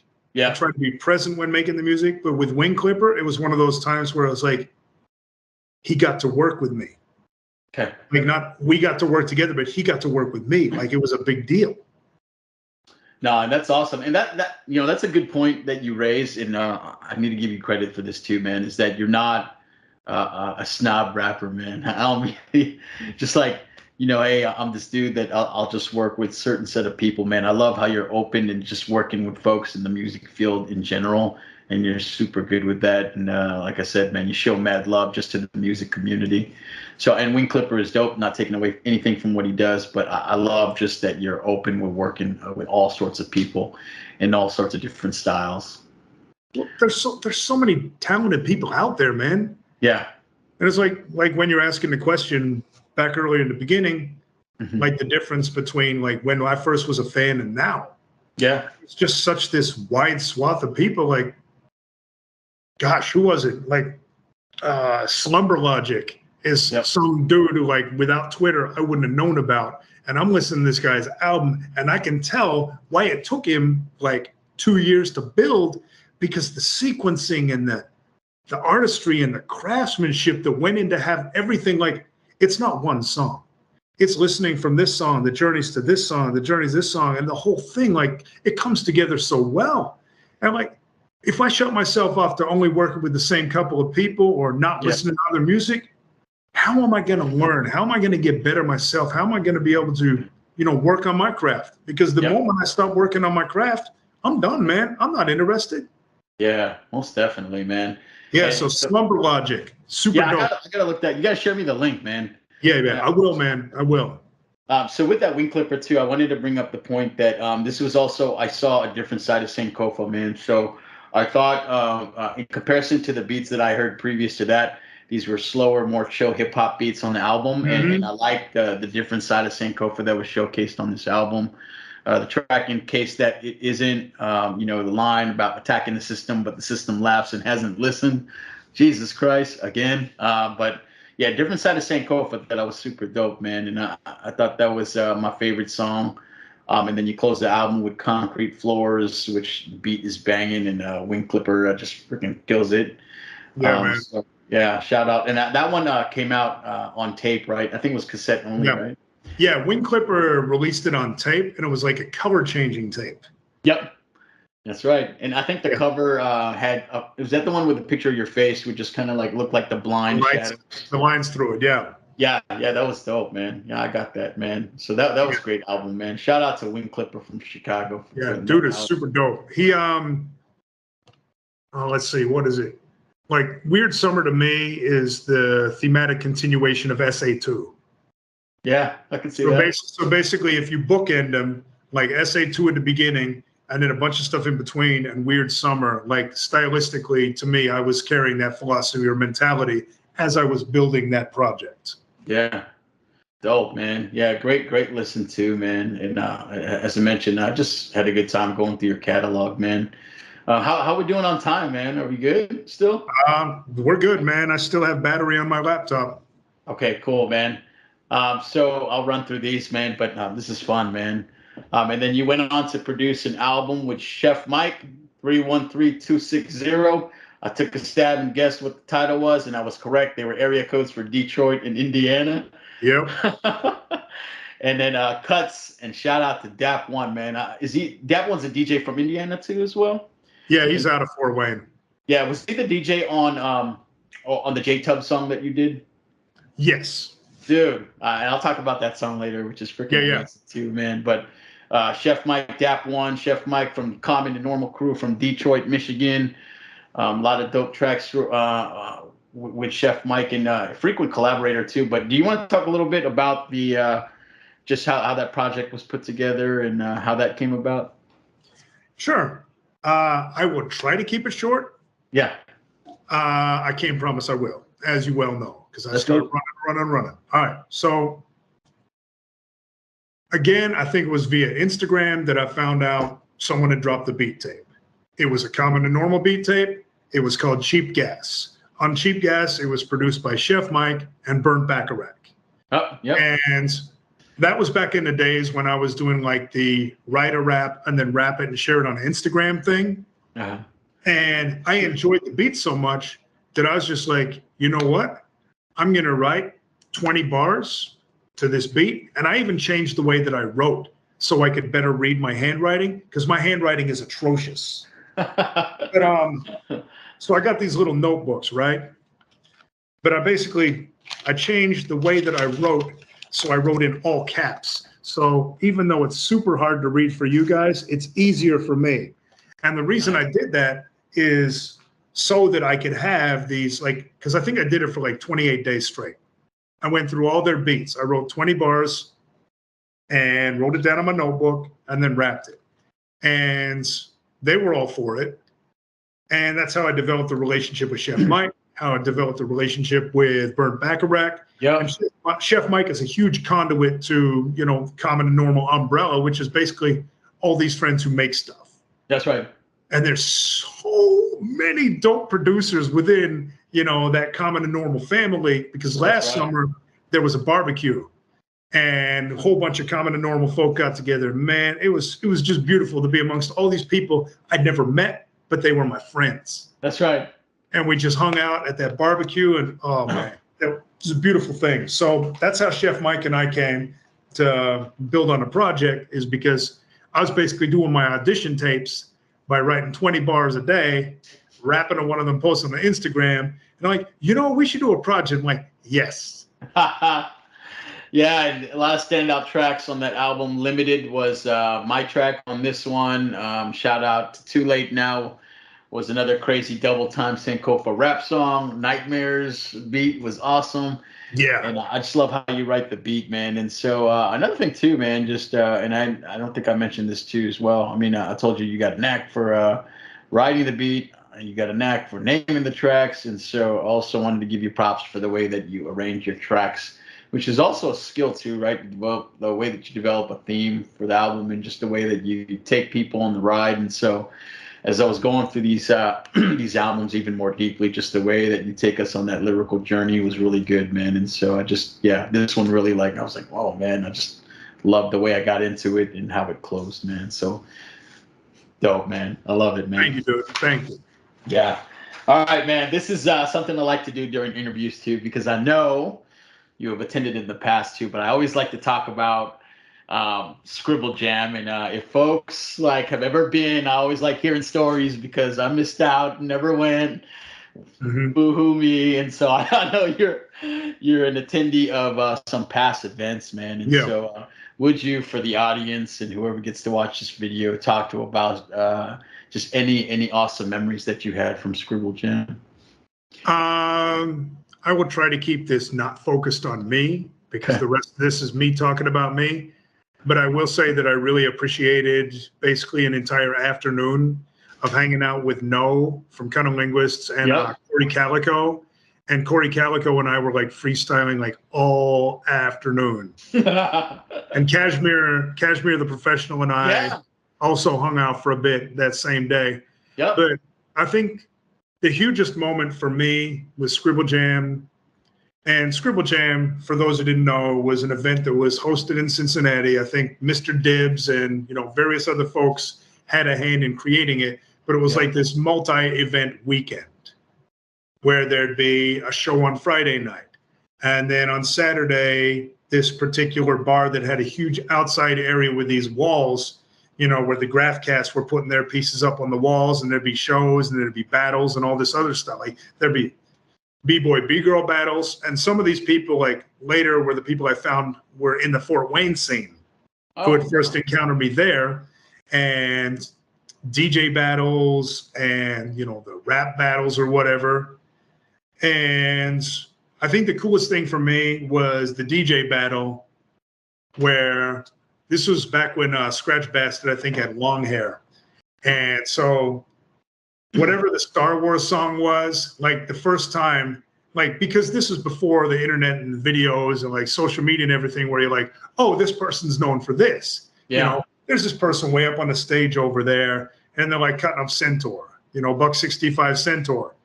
And next thing you know, like the beat juggling, and then it's like people start to realize, dun, dun, dun, dun, dun, dun. Just like I'm getting goosebumps right now just thinking about being there in that moment, as there was this synchronous flood of realization of what Scratch Bastard was doing, and the crowd just lost it. Oh man, he's phenomenal, man.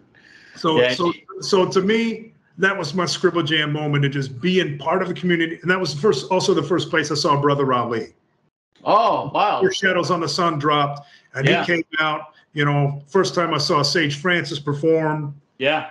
You know, but just to be among so many other dope cats. I met Robust out there for the first time. Oh, from Chicago. Yeah, super Yeah. dope, man. Robust. I actually got him on an upcoming project. Woo, man, Yeah, I can't wait. Dude, Whoa. I am so stoked that I managed to get him, because I've known him for years, like when I lived in California. Yep. But he came out for a bit to visit his dad or whatever. But yeah, just getting to see all these people, getting to be part of it. And like Edon was there and he performed. Yeah. This is back when Edon had short hair, and I don't Yep. remember, like Insight might have been his like friend or whatever, hype man. Yep. It was hilarious. White Collar Criminals was supposed to perform that at Scribble Jam at some point, but it never came. It never came through. And Edon, you know, gets done performing. He comes down. John Doe and I are talking to him. I don't even know how it happened to be. And Edon's like, yeah, so how do you think the performance was? And I'm like, yeah. And John Doe's like, well, you could have done this and this and this and this. And I want to say this is the same Scribble Jam where Sage Francis was interested in talking to us until he realized that John Doe wasn't John Doe. Oh, That, right. like, I don't know if he thought he was like John Smith from Peanuts or Corn or whatever, but it was amazing to watch this switch flip where he's like, oh, and then he just like walked away.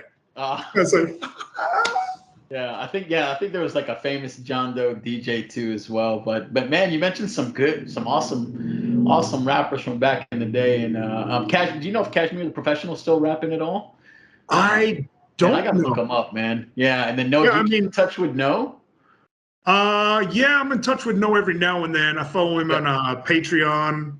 Yeah. And you know, his Patreon, like, that's like the textbook. If anyone wanted to start up a Patreon, like, subscribe to him and look what he's doing, because the amount of stuff that he is bringing from, like, oh, here's a beat from back when, here's a photo from here, like, here are all these snapshots, here's an unreleased track, here's a track that was the beat that eventually became the beat for something I worked on with Sadistic.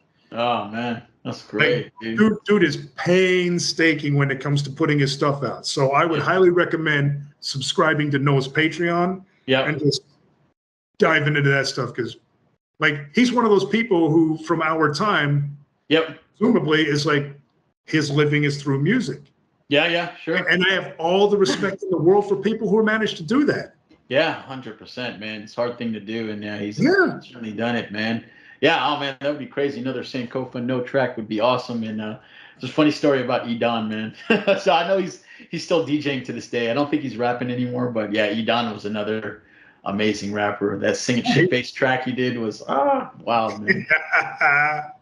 Yeah, well, good, man. Well, hey, man. With that, man, I also wanted to talk about just myself and you, and I've had the fortune of doing music with you as well. And I took a long break, and then started doing music again in 2019.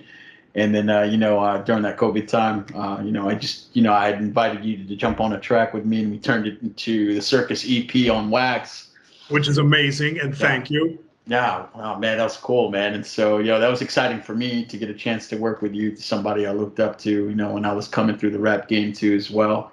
So very, very happy with that project, and I'm glad that kind of sparked just more songs and more albums. And we went on to do Hirakuma's Revenge, which is super dope, man. And fun fact about that album, right? You want to talk about how we came up with the cover, man, or how you did?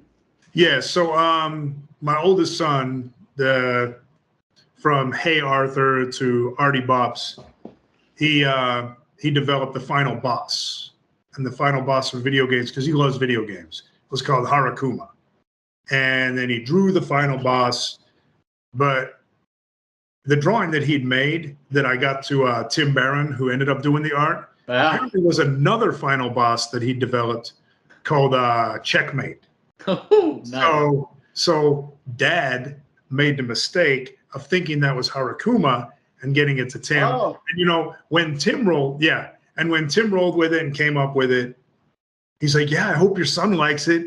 And I showed Arthur, and Arthur's like, oh, I didn't know that. "You gotta, you gotta understand, like, the old Muppets on the balcony, right? Yeah, yeah. Like the ones who are hating on everything. Like, there's so much of me that is that. The same way that I listen to like Crate 808, and Ray Ridge is, the guy who like, oh man, that doesn't have drums, man, that's not rap. So much of that is me, but it serves me no purpose to express those sentiments. Yeah. But when my son's like, I love the artwork. I think it's dope, man. And the artwork is super dope, but it wasn't my son's vision. Oh man. So anyway, this last week, my son had both my sons had art camp. Okay. And so they made graffiti walls.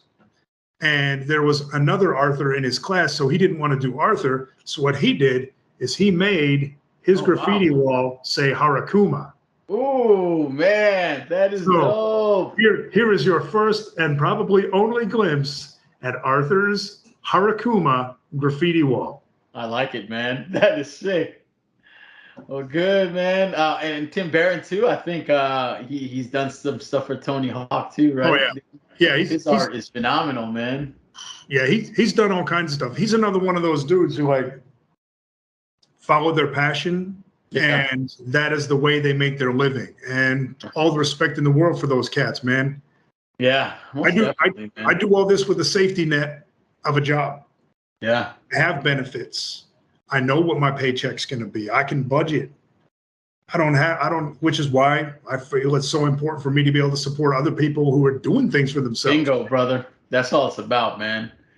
Yeah, I agree with you that. And thanks to your son for the inspiration behind the album cover. And a lot of dope songs too, man. Pour the Pen with PhD from San Diego, and some of the Common and Normal guys. And we did Here We Go with John Doe, with OJ, the producer. From Beat Rock Music Camp. And that was dope, man. Spawn's wife. Spawn's wife. She's part of that community. That's right. That's right. Faith Santilla. Yep. And so when she was looking at the credits, she's like, "Wait a second, is this so and so? Who's Memphis Reigns? Yeah. What's his given name?" Yeah. And when I told her your given name, she's like, "Yeah, that sounds right. Okay." Oh man, that's wild, man. Yeah, and so she comes from an amazing camp of rappers too, man. And she's serious on the mic, man. Her spoken word is phenomenal. And then her husband Spawn from Double Helix too, which I also own that CD too. So, I think when I spoke to Faith too, and I found out that she was married to Spawn, it was even boggled my mind even more. And man, that was crazy, man. And so Spawn always loved spoken word. Yeah. Like he was down with Saul Williams. He had all those books and everything. Yeah. Like when we were in San Luis Obispo and then moved down to LA. Sure. But yeah, it's definitely a small world, man. Yeah. I didn't mean to cut you off when you talk about that was amazing, man. I love hearing the background stories behind all this, man. And so, let's talk about that relationship, man. So, Sankofa, you have a John Doe feature role in every project that you put out, man. Let's hear about it. What is that role, man? Addie, who is the artist, friend of mine, who did my original logo, who did the SA2 artwork we didn't use, who has done the Sankofa rings sketch. Yep. Done so much stuff, is a friend of mine, huge friend of mine. He loves it when John Doe and I work together. Yep. It makes him happy. It brings him joy. It brings me joy to work with John Doe. And so we came up with the Tom rule, also known as the John Doe rule. And that states when I have a project, John Doe must feature on the project. That's it, man. And there was when I did the project with Bless One, there had been a song that John Doe was on. But in the process of determining what songs would best represent that project, and I think that was never easy, being the project, We ended up not going with that song, but that song then got remixed and is going to be on the Tollyrod album. Nice. And that song features Saran, which is one of the dudes Casualty introduced me to back in Sweden all those years ago. Oh man, that's dope, man. Well, I love the John Doe rule too, man, and I always look for that John Doe track too as well. And I know it's gonna happen. And so yeah, you did mention that you guys met online, and I know you spent some time in San Luis Obispo, and you guys have hung out quite a bit. And you guys formed the group Silversmiths. And can you tell me about the name, where that came from, the Silversmiths? It was one of those things where, like I said, we didn't want to go on the continuation of White Collar Criminals. Yeah, that's right. White Collar Criminals were those four friends, and Silversmiths is basically John Doe, myself, and someone on the beats. Nice. And I think we pretty much pulled the name out of thin air. We were just trying to think of something that sounded kind of cool. Yeah. So there's, unlike a lot of the stuff that we're talking about, I don't know if there's any real backstory to it. Yeah, it just sounds dope, man. And it sounds dope, so we went with it. Nah, super dope, man. And that leads me to another collaborator with you, who is also a frequent collaborator. It was Athena, right? Female MC. I'm not sure where she's from, but she also is also on a lot of your tracks too. Mm-hmm. And man, she's ferocious, man. And you can give me some background on Athena, man. She's an amazing rapper, man. All right. Well, Athena, she's originally from Carson. Okay. So when we first met her, I think it was like, again, via like message boards or whatever. Like she came through, Philip Flavor was putting together like a mixed CD or something. Okay. Compilation. And so we went over, John Doe and myself went over to Mighty Paris, a producer's crib. Okay. I think he owned a skateboard shop at some point or whatever. And we met Athena over there. Like, I don't know if we picked her up or she was there, but at that point she had like a giant, like, I don't know if it was like a Michigan hoodie on, some big old baggy jeans. And she had a CD case that looked like one of those, like swept away Totoro type things. It's like super cute. And, you know, she's just there like sitting down, like baggy anonymity clothes. And we already knew how dope she was. Yeah. And she dropped something for that compilation. I dropped something for it. John Doe dropped something for it. And just through the years, you know, she too went to the armed forces. Yep. Done now. I think she's out in, I want to say Georgia now. Okay, that's where I thought she was. Well, yeah, she was. But she's one of those people. Like when I work on music with friends, I don't ever want it to be from a point of pressure. Yep. I don't want it to be a stress. I want it to be a joy, because music to me is joyful. Music to me is fun. Even if I'm sounding like I'm angry and like dark and mean, in my heart, I'm still having fun because I love the creative process. For sure. So there are some friends, such as Athena, who are undeniably like mind-blowingly dope. Yeah. But they only want to do things at certain times. Okay. So I'll reach out to her. I'll say, hey, I don't know if you're feeling like it, but I've got this thing coming up. And if you're feeling this beat, you know, if you want to get on it, you know, cool. If not, no.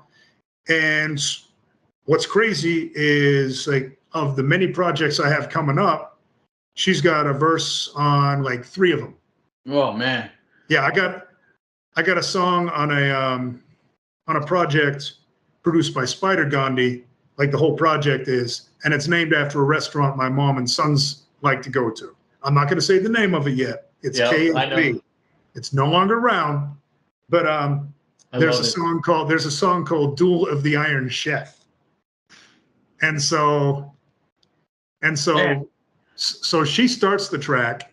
Okay. And then Denz, who used to be in Wordsmiths back in the day with Agent Orange, is on it. And then Nordic One, who's out of the Bay Area, super dope dude who sounds like Sun Doobie, also another friend of mine who I got to meet in person at the barbecue, and then myself. So it's like this posse cut, like based on a Duel of the Iron Chef. So it's not like we're going like super hard at the throat. It's like we're having fun flipping stuff about Duel of the Iron Chef. So it goes doom, doom, doom, doom, doom, and then it's out.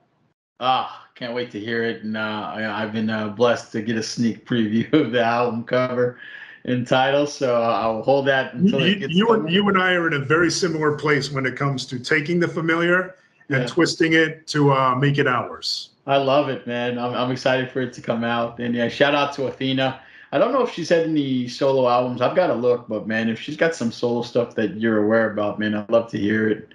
But she's a phenomenal rapper. I think she's got like loose songs here and there, but as far as like an entire project, not one that I'm aware of. Yeah. I'll check in with her and see. Dope, man. Well, good deal, man. And so I told you that I didn't get through your 2021 albums, and so I think I'll probably save that for a different session. But I want to fast forward to 2023, and you did a song with J Tubbs. The song is called Still. You can find that on digital streaming and YouTube. And when I heard that song, dude, and that to this day is like on one of my playlists that I play frequently, man. I love that song, man. Great. Can you tell me about the collaboration behind that track, how that happened, how they put it together? You guys did a music video for it too as well. Yeah. So how did that happen? J Tubbs is someone who came to Fort Wayne from Atlanta. Okay. And J Tubbs is a really good connector. Like he's able to, establish relationships with all kinds of people across the board. Like he puts on a show, it's going to be a bunch of different people on the show. Oh. Like I think he's the one who oversaw like Mickey Facts is coming into town. Wow. And so he's on the bill, he being J Tubbs. 2RQ is on the bill, and Tesla Chapman is on the bill. Tesla Chapman is the guy who was skateboarding in the music video. Nice. And gosh, I'm trying to think. Like Kells is hosting the night, but it's just like he's been really good about establishing connections and building with people. Yeah. He sent me the track and asked if I'd drop a verse on it. And I, you know me, I said yes. Yep. And then we recorded it and it came out. And then later on, he reached out to me about filming a music video. Yeah. And I'll spare you the TMI on the day of and what was happening the next day for the music video. But suffice it to say that, like, I'm thankful it worked out timing wise. And it was great because, like, with Guts Films, I think his given name's Jacob Gutzmiller. Like, he's done a bunch of videos. Yeah. Like, he knows what footage to get on all this and all that. Yeah. And just like me trying to learn lyrics, I couldn't learn them all. I'm like, I got to learn my verse again because I recorded it like 100 songs ago. Oh, wow. Yeah, so by the time that I'm doing the video, I'm like 100 songs into the future. Yeah. And working on these other things. I'm like, okay, memorize. But then he's got all this, like the B-roll footage of like, here's the shoes, here's the jacket, like here's the DJ scratching. And so anytime that there's a cutaway is probably a time that I was failing to lip sync. But the thing that I love about that video, and I told Jacob I want to work with it again at some point, is like, that's the most like straightforward, like rap video I've ever shot. That's dope song, man. Yeah. Dope. Yeah. Yeah. Shout out to J Tubbs. He made the beat. He produced it. That's what I was going to ask, man. Yeah. Yep. He got DAP on there. And then he organized the shoot and it came to be, and people dig it, man. And I'm thankful. Yeah, it's a high rotation, and I love where you guys recorded. And then also what you were wearing during the video shoot. Oh, it was like a tribute to the stuff that I was wearing back in the day, the goggles and just the East Coast style dress. Yeah, and man. I was like, man, Kofa is representing, man. And so I enjoyed that video, man. That was a fun one. Man. Like one of my biggest challenges when I'm performing a show is like what T-shirt I'm gonna wear. Yeah. Like who I'm gonna rep. Like it's always important to me to be able to rep stuff. Like the shirt I'm wearing today is a Fort Wayne streetwear brand that has been defunct for like 10 plus years, but it's still dope stuff to me. So I'm still repping something. I'm like my man Greg Locke, who did $5,000 flashlights and all this stuff. Like his artwork is right there. His artwork is there. The person who did Multitudes, her artwork is right behind that plant. Oh man, dope. Like just trying to represent my friends. And so when it came time to shoot the music video, I'm like, dang, I'm gonna shoot a real legitimate music video. I gotta So it's like, okay, I got to get on my Saya gear. I got to get my bench warmers jacket. I got to get my Bravas hat, and then put the Saya goggles just so you can see the Bravas B, because I want to represent Bravas. Oh, I got these socks from Fear Kills Dreams. I want to represent that on top of my Saya shoes, and of course, I got my like $20 Target camouflage shorts, which are my go-to. Because gotta have those. Well, hey, man, let's talk about representing friends, man, and we'll talk about your merch game, man. And so, boom, I represent friends too, man. And I got this Sankofa shirt, man, that just came out. And so I want to talk about your merch game, man. It's A+ in my opinion. And can you talk about just why you invest so much in the merch game? And a lot of people these days, they're all good with digital releases and don't want to put any effort into the merch game. But I think you do it real well, and I love the creativity behind it. So, is there a reason why you choose to still continue with merch versus digital, and just the method of coming up with the merch that you put out?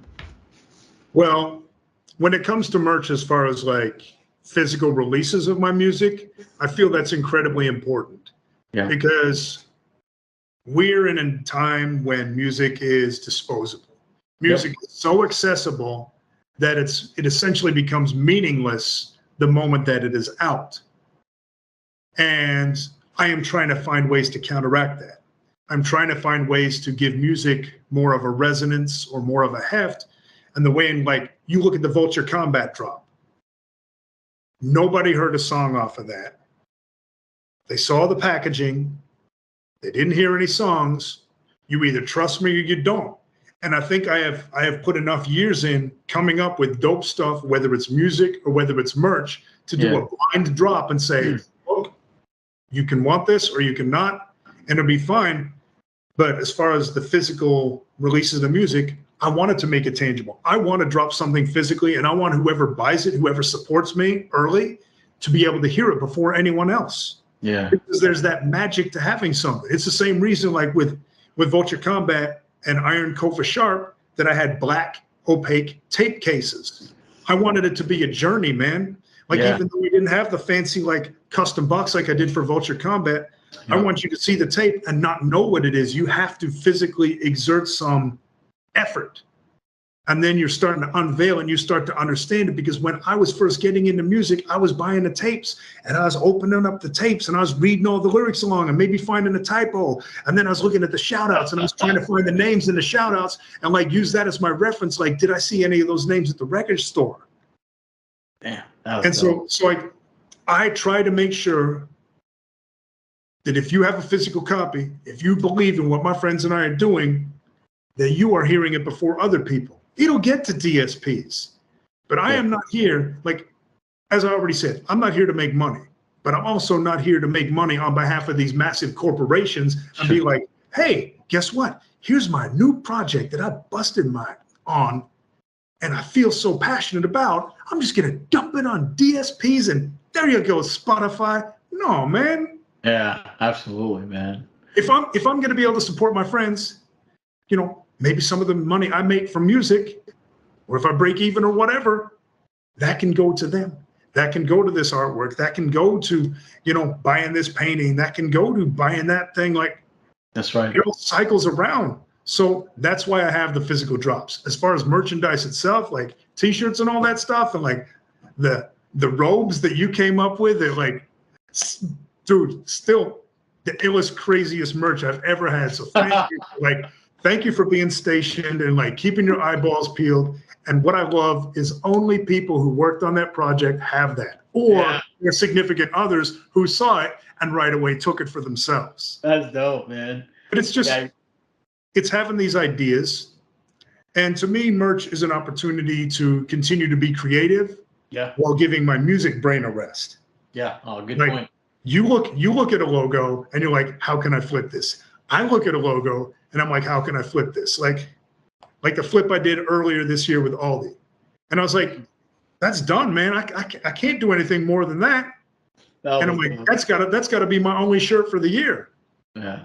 And then I came up with the idea, the one that you just showed, and I'm like, dang, I got another one. And I'm not trying. But the thing is, like, I get so excited about this stuff, but I'm not trying to keep going to the well and just say, hey, I've got more stuff for you to buy. I got more stuff for you to buy, which is why when it came to, Iron Kofa Sharp, I'm like, hey, you bought Iron Kofa Sharp, you're getting $5 off the shirt because you're already supporting me. I have so much music that I'm at the point like where instead of having a Patreon or something, I'm like, maybe at the beginning of next year, I say, hey, send me $50 now and you'll get all my stuff that drops this year. I love it, man. Because I don't want to have to keep going to people and saying, oh, guess what? I've got another thing and I got another thing because I do have all those things, man. Yeah, I got 27 projects in various stages of completion and I'm still trying to do more. Yeah, man. But I love it, man. The creativity is so ill too, man. And I look forward to your next and future releases, right? I'm always wondering like what's Sankofa got cooking next, man. And that logo flip thing was like you inspired me to think about that. And so I took that from you too as well. So thanks, man. I appreciate it. Hey, my pleasure, man. But to give credit where it's due, man, I probably got that from skateboarding. Yeah. Because, I hear you, man. You Steve do it Rockwell, well. especially with like World Industries, like the honey pot to the money pot with Winnie the Pooh and all that stuff, like that was the culture which I came to the United States with, skateboarding and just like logo flips. And it's fun. Yeah, super fun, man. And I certainly enjoy it. So that's you never see me. I'm not short of Sankofa gear, man. I love it, man. And dude, I cannot wait until people see what we're doing. Woo! Yeah, man.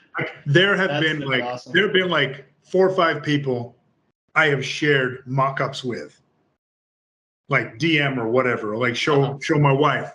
But other than that, like I get to work on so much stuff, and I get to work on stuff with you, and you come up with these things. Yeah. Like this is something I haven't even done, and I'm not trying to sound like I do everything that can be done, but no, you thought of something else, and there's the value of collaboration again. Is you That's have right. something that I never came up with. Man, Same way that my engineer might be like, why don't you try recording somewhere else? All these things I can learn from. I listen to this album, I can learn from this. Mm. And so, man, like when people see what we are doing, they're gonna go nuts.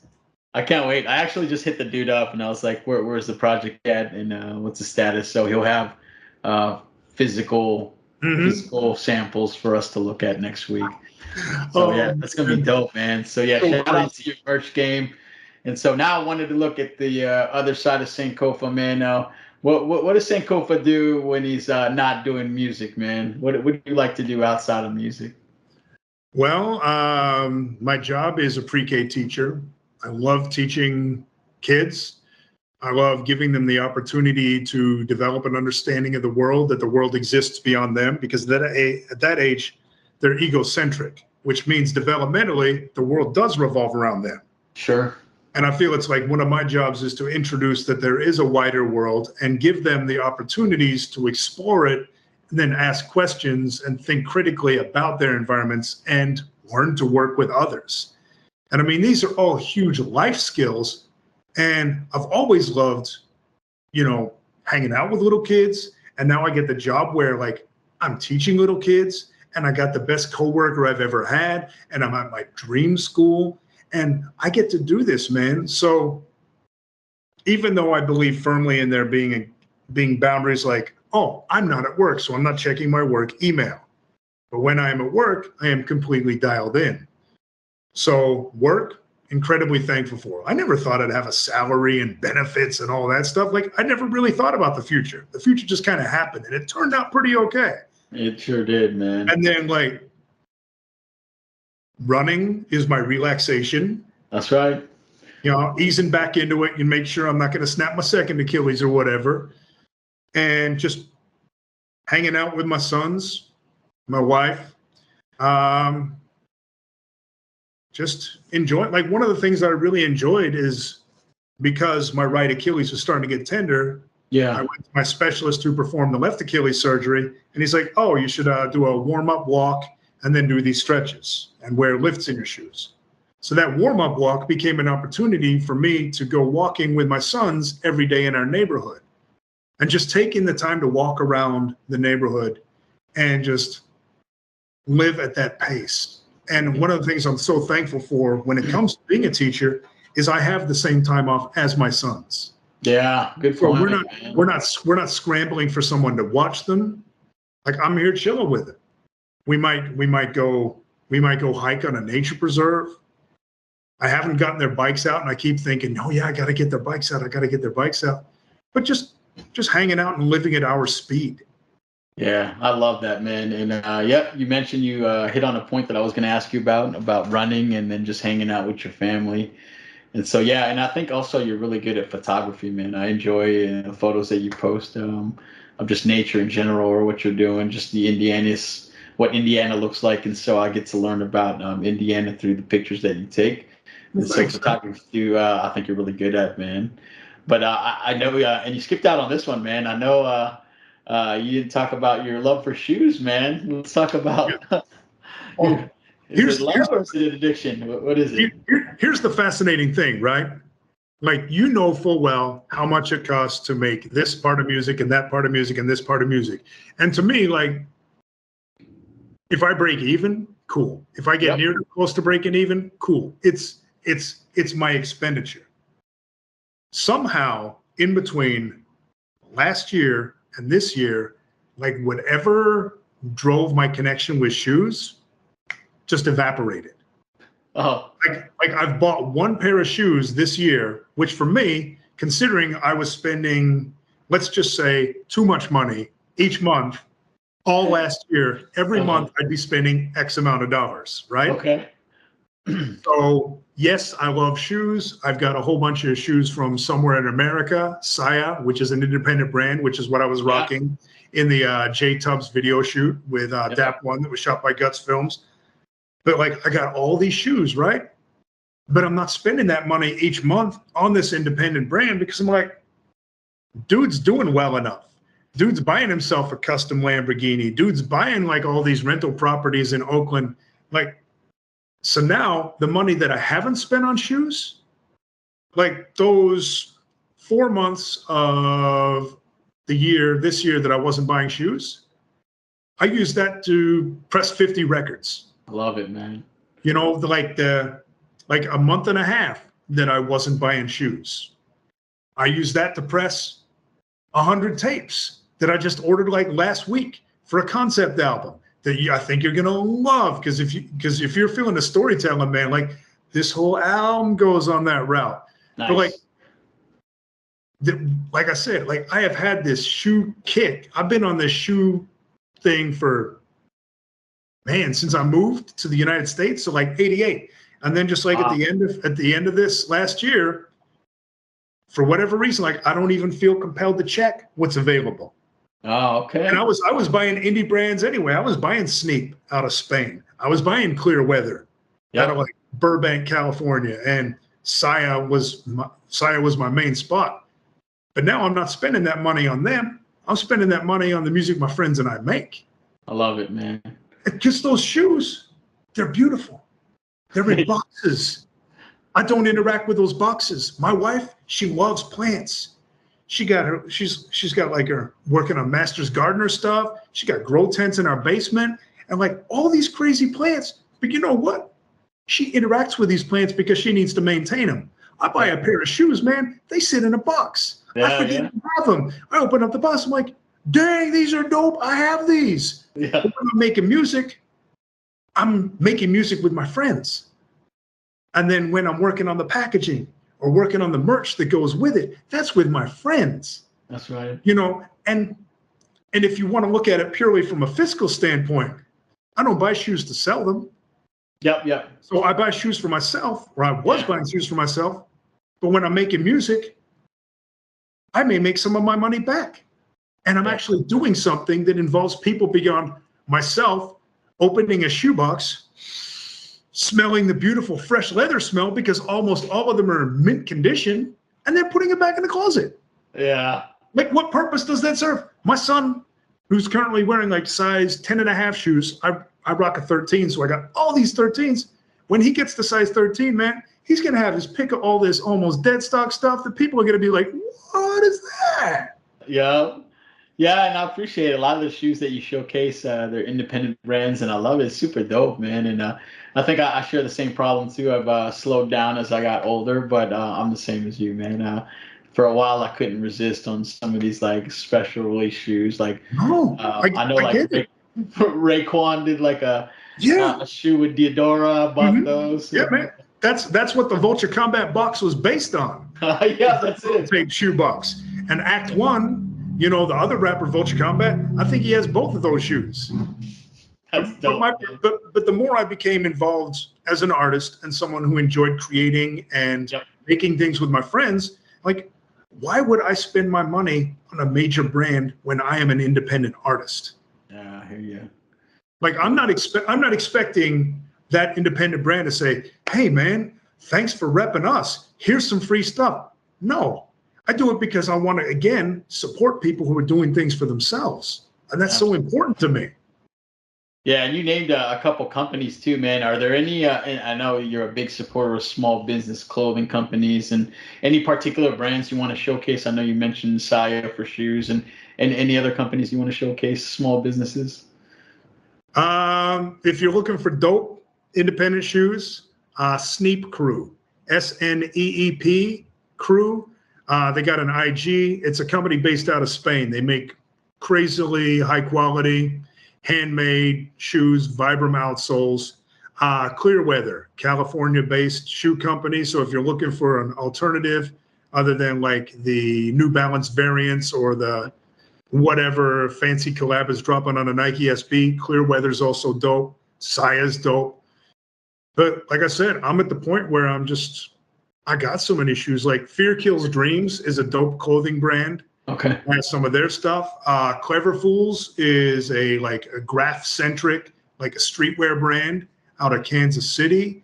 Nice. Bench Warmers.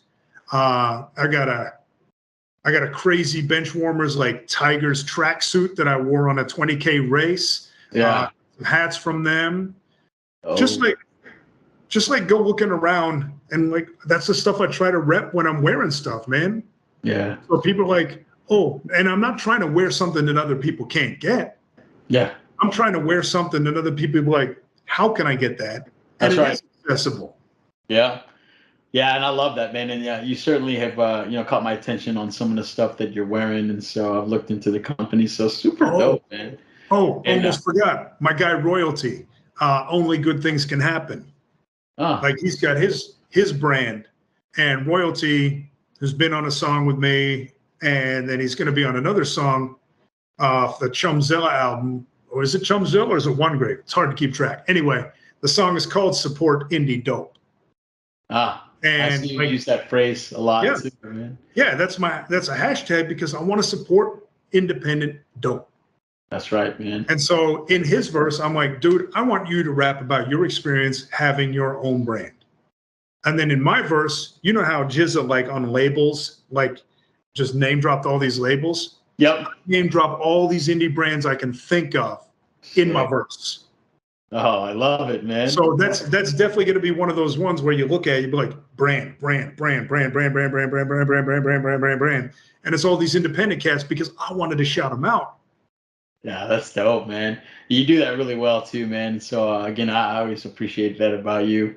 And during the interview, though, you mentioned a lot about how you're a teacher and stuff. And to me, mentoring is super important, whether it be professionally or personally or in music. And so I know from a personal standpoint, you've been a good friend in terms of like sharing music advice or just techniques in making music or just sources for merch. And I'm really grateful for that. But the Sankofa, do you have any advice for young aspiring MCs or producers? Do you want to talk to them about just, any advice that you want to share that you learned during your journey? Ultimately, what I learned from my journey is the same thing all the corny after school specialists tell you, man. Be yourself. Do your thing. You know what I mean? I don't believe in I don't personally subscribe to this whole theory of like haters and all that stuff. I find a motivation within myself. That's the most powerful thing. Not looking elsewhere for accolades or motivation. But if you are feeling something, follow that, man. follow your dreams. Like regret, that's something I don't want. Yeah. I went to China because I wanted that experience, because I knew I couldn't repeat that experience. If there's an opportunity to do something and you feel it in your heart, go with that, man, because you never know when it's going to happen. And even me, like at this point, my version of success isn't selling X amount of copies, getting on like Brooklyn Vegan or getting a Vice review, or, you know, showing up on, you know, Rappers Out of Control so I can do like my memorized freestyle stuff. My version of success is that I get to make music with my friends and I have fun. And that to me is success. So find your version of success and roll with it. It's too easy, because I got disheartened early on. It's too easy to get caught up in this concept that someone else is going to tell you you are worth something, your work is worth something. Find worth within your own work and roll with that. And whether or not someone else is feeling it, man, you did what you wanted to do. And there's something so powerful in doing. That's why I love rap. That's right. I make the rules. Yes, there are foundations that I follow when it comes to these should rhyme, there should be rhythm and all this other stuff. But there's so much of this world. I want to drop a t-shirt, I'm going to drop a t-shirt. I want to drop a tape, I'm going to drop a tape. I want to do this, I'm going to do this. Yeah. And don't be a jerk. Just be yourself. And if you happen to be a jerk, well, other people probably won't want to work with you. Yeah. But by the same token, be yourself, be considerate of other people. This world, as we have had this conversation, we know how tiny this world is. It doesn't matter if some big person knows your name.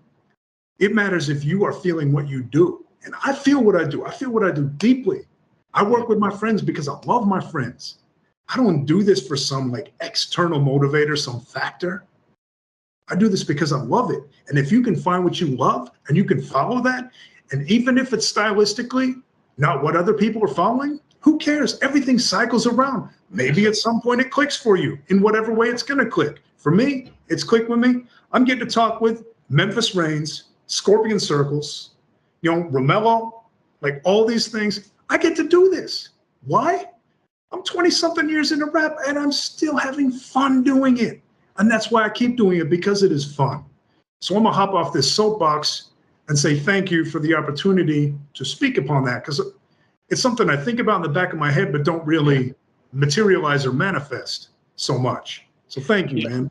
No question, man. Like, you know, as I, you know, go through your music, and it's clear that you do this and you're having fun, and then you love making music, man. And that's what I love about you, man. And I love working with you for that fact alone, man. And with that, what are you currently working on, man? Is there anything you want to share with the folks in terms of some future projects? I know you got a lot in the making, man. But what do you want to tell us about? Yes. I believe it, man. What I'm doing is going through this. I'm going through this. Oh yeah, here it is. Okay. I decided that I would write down projects in various stages of completion. Oh man. I can show all you guys, because my handwriting, as formally acknowledged, is chicken scratch. So good luck reading it. Down here it says Silversmiths 3. That means we have 3 Silversmiths albums. This says G-Fam team up. G-Fam and Black and is someone who I think is super dope. And I reached out to him, and he's super busy too, but that's something I would like to see happen in the future. Yeah. There is a project with Chef Mike that is based on me reading a book that I have yet to read. There is a Chef Greg film joint, and that is as much as I will say about that. But suffice it to say that if it all comes together, it's going to be some crazy conceptual multimedia monster. And let's see, what else? Oh, of course, Multitudes Volume 2. Neck Kofa, Neck Nimble from back in the days, producer out of Greece. I'm working on a project with his beats right now. I love it. Bleeding of the Golden Goose. Yep. The name of our project. Yep. Vulture Combat 2. which is in conceptual stages. The idea being that we'll have Vulture Combat 1.5, which will basically be a collection of the songs Act 1 has been on of mine, and I have been on of his, that will come as a physical release at some point. There is a project called The Hundreds, and I have reached out to a particular producer, and the idea behind that is I was having a conversation with John Morrison, who does a bunch of who's an incredible music journalist, and we were bemoaning the lack of tempo in music. So the idea being that each of those songs is going to be at least 100 BPM, which is why it's The Hundreds. And you know I love rapping fast, even though PhD Beats keeps sending me slow beats. So does Daniel.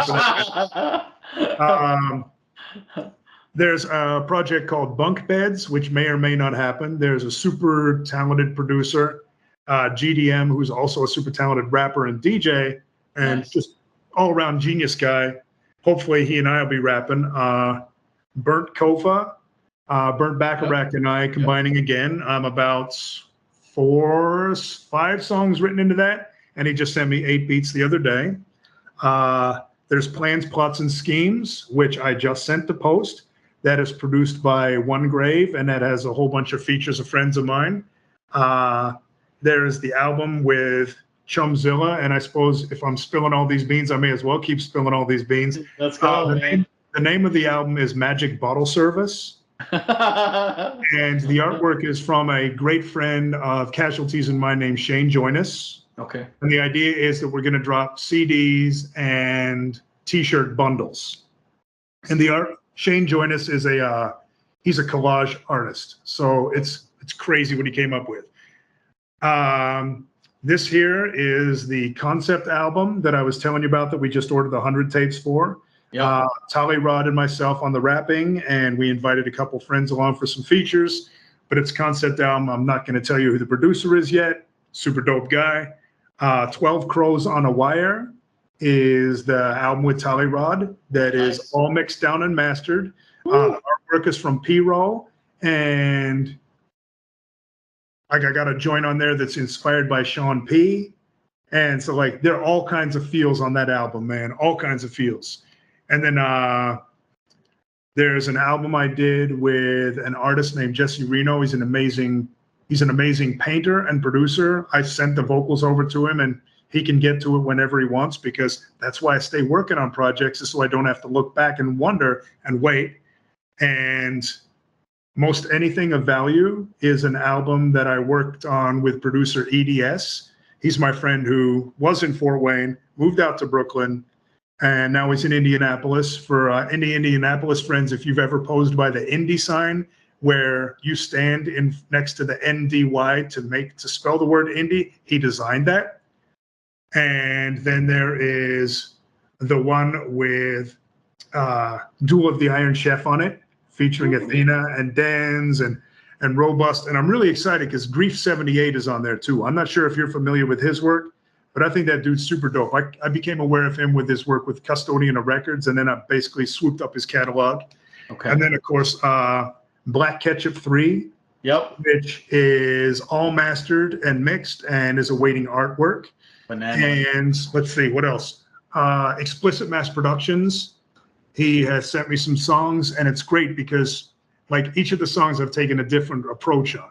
One of the songs I learned from AJ Suede, who, if you're not familiar with, the way that he works with words. So one of the songs is inspired by AJ Suede, and there are a bunch of different feels on that, and I'm only 4 songs into that, and I know there is more stuff than that. Man, I know that there is. I know. I sent you a couple. That's only based on what I have written down so far. Oh, that's a phenomenal and amazing list, man. Definitely hard to keep up with, but I'm super excited, man. I never fail to get a Sankofa album every couple months, and it's always a blessing to get some new work from you. I love it, man. And I'm just blessed for the opportunity to work with you, man. But hey, I'm gonna be respectful of your time, and thank you again, man, just for taking some time out of your Saturday morning with your family to come do this interview with me. And I appreciate you, man. Before we close the session, man, you want to tell folks where to find your music at? I know you mentioned it earlier, but yeah. All right. So imagine, if you will, it is 1995. you are going to post raps on an internet message board. And the message board is called sethros.com. That is SETHROS.com, sethros.com, which is a redirect to my Bandcamp page, because I believe Bandcamp is a great place for you to get my music, though it is available on digital streaming platforms. Sethros.com for your Sankofa stuff. Yes. Right on, brother. Well, thank you again, man. One of the most prolific in the game. Man, just dude, I've looked up to you over the years, man, and I'm honored that you took the time to do this. So thank you again, man. I look forward to sharing this interview with everybody, man. I appreciate you, brother. Hey, thank you. Thank you to all the people building with me, and thank you to all the people supporting the stuff that I'm making with friends, because that's what it's about. Making stuff with friends.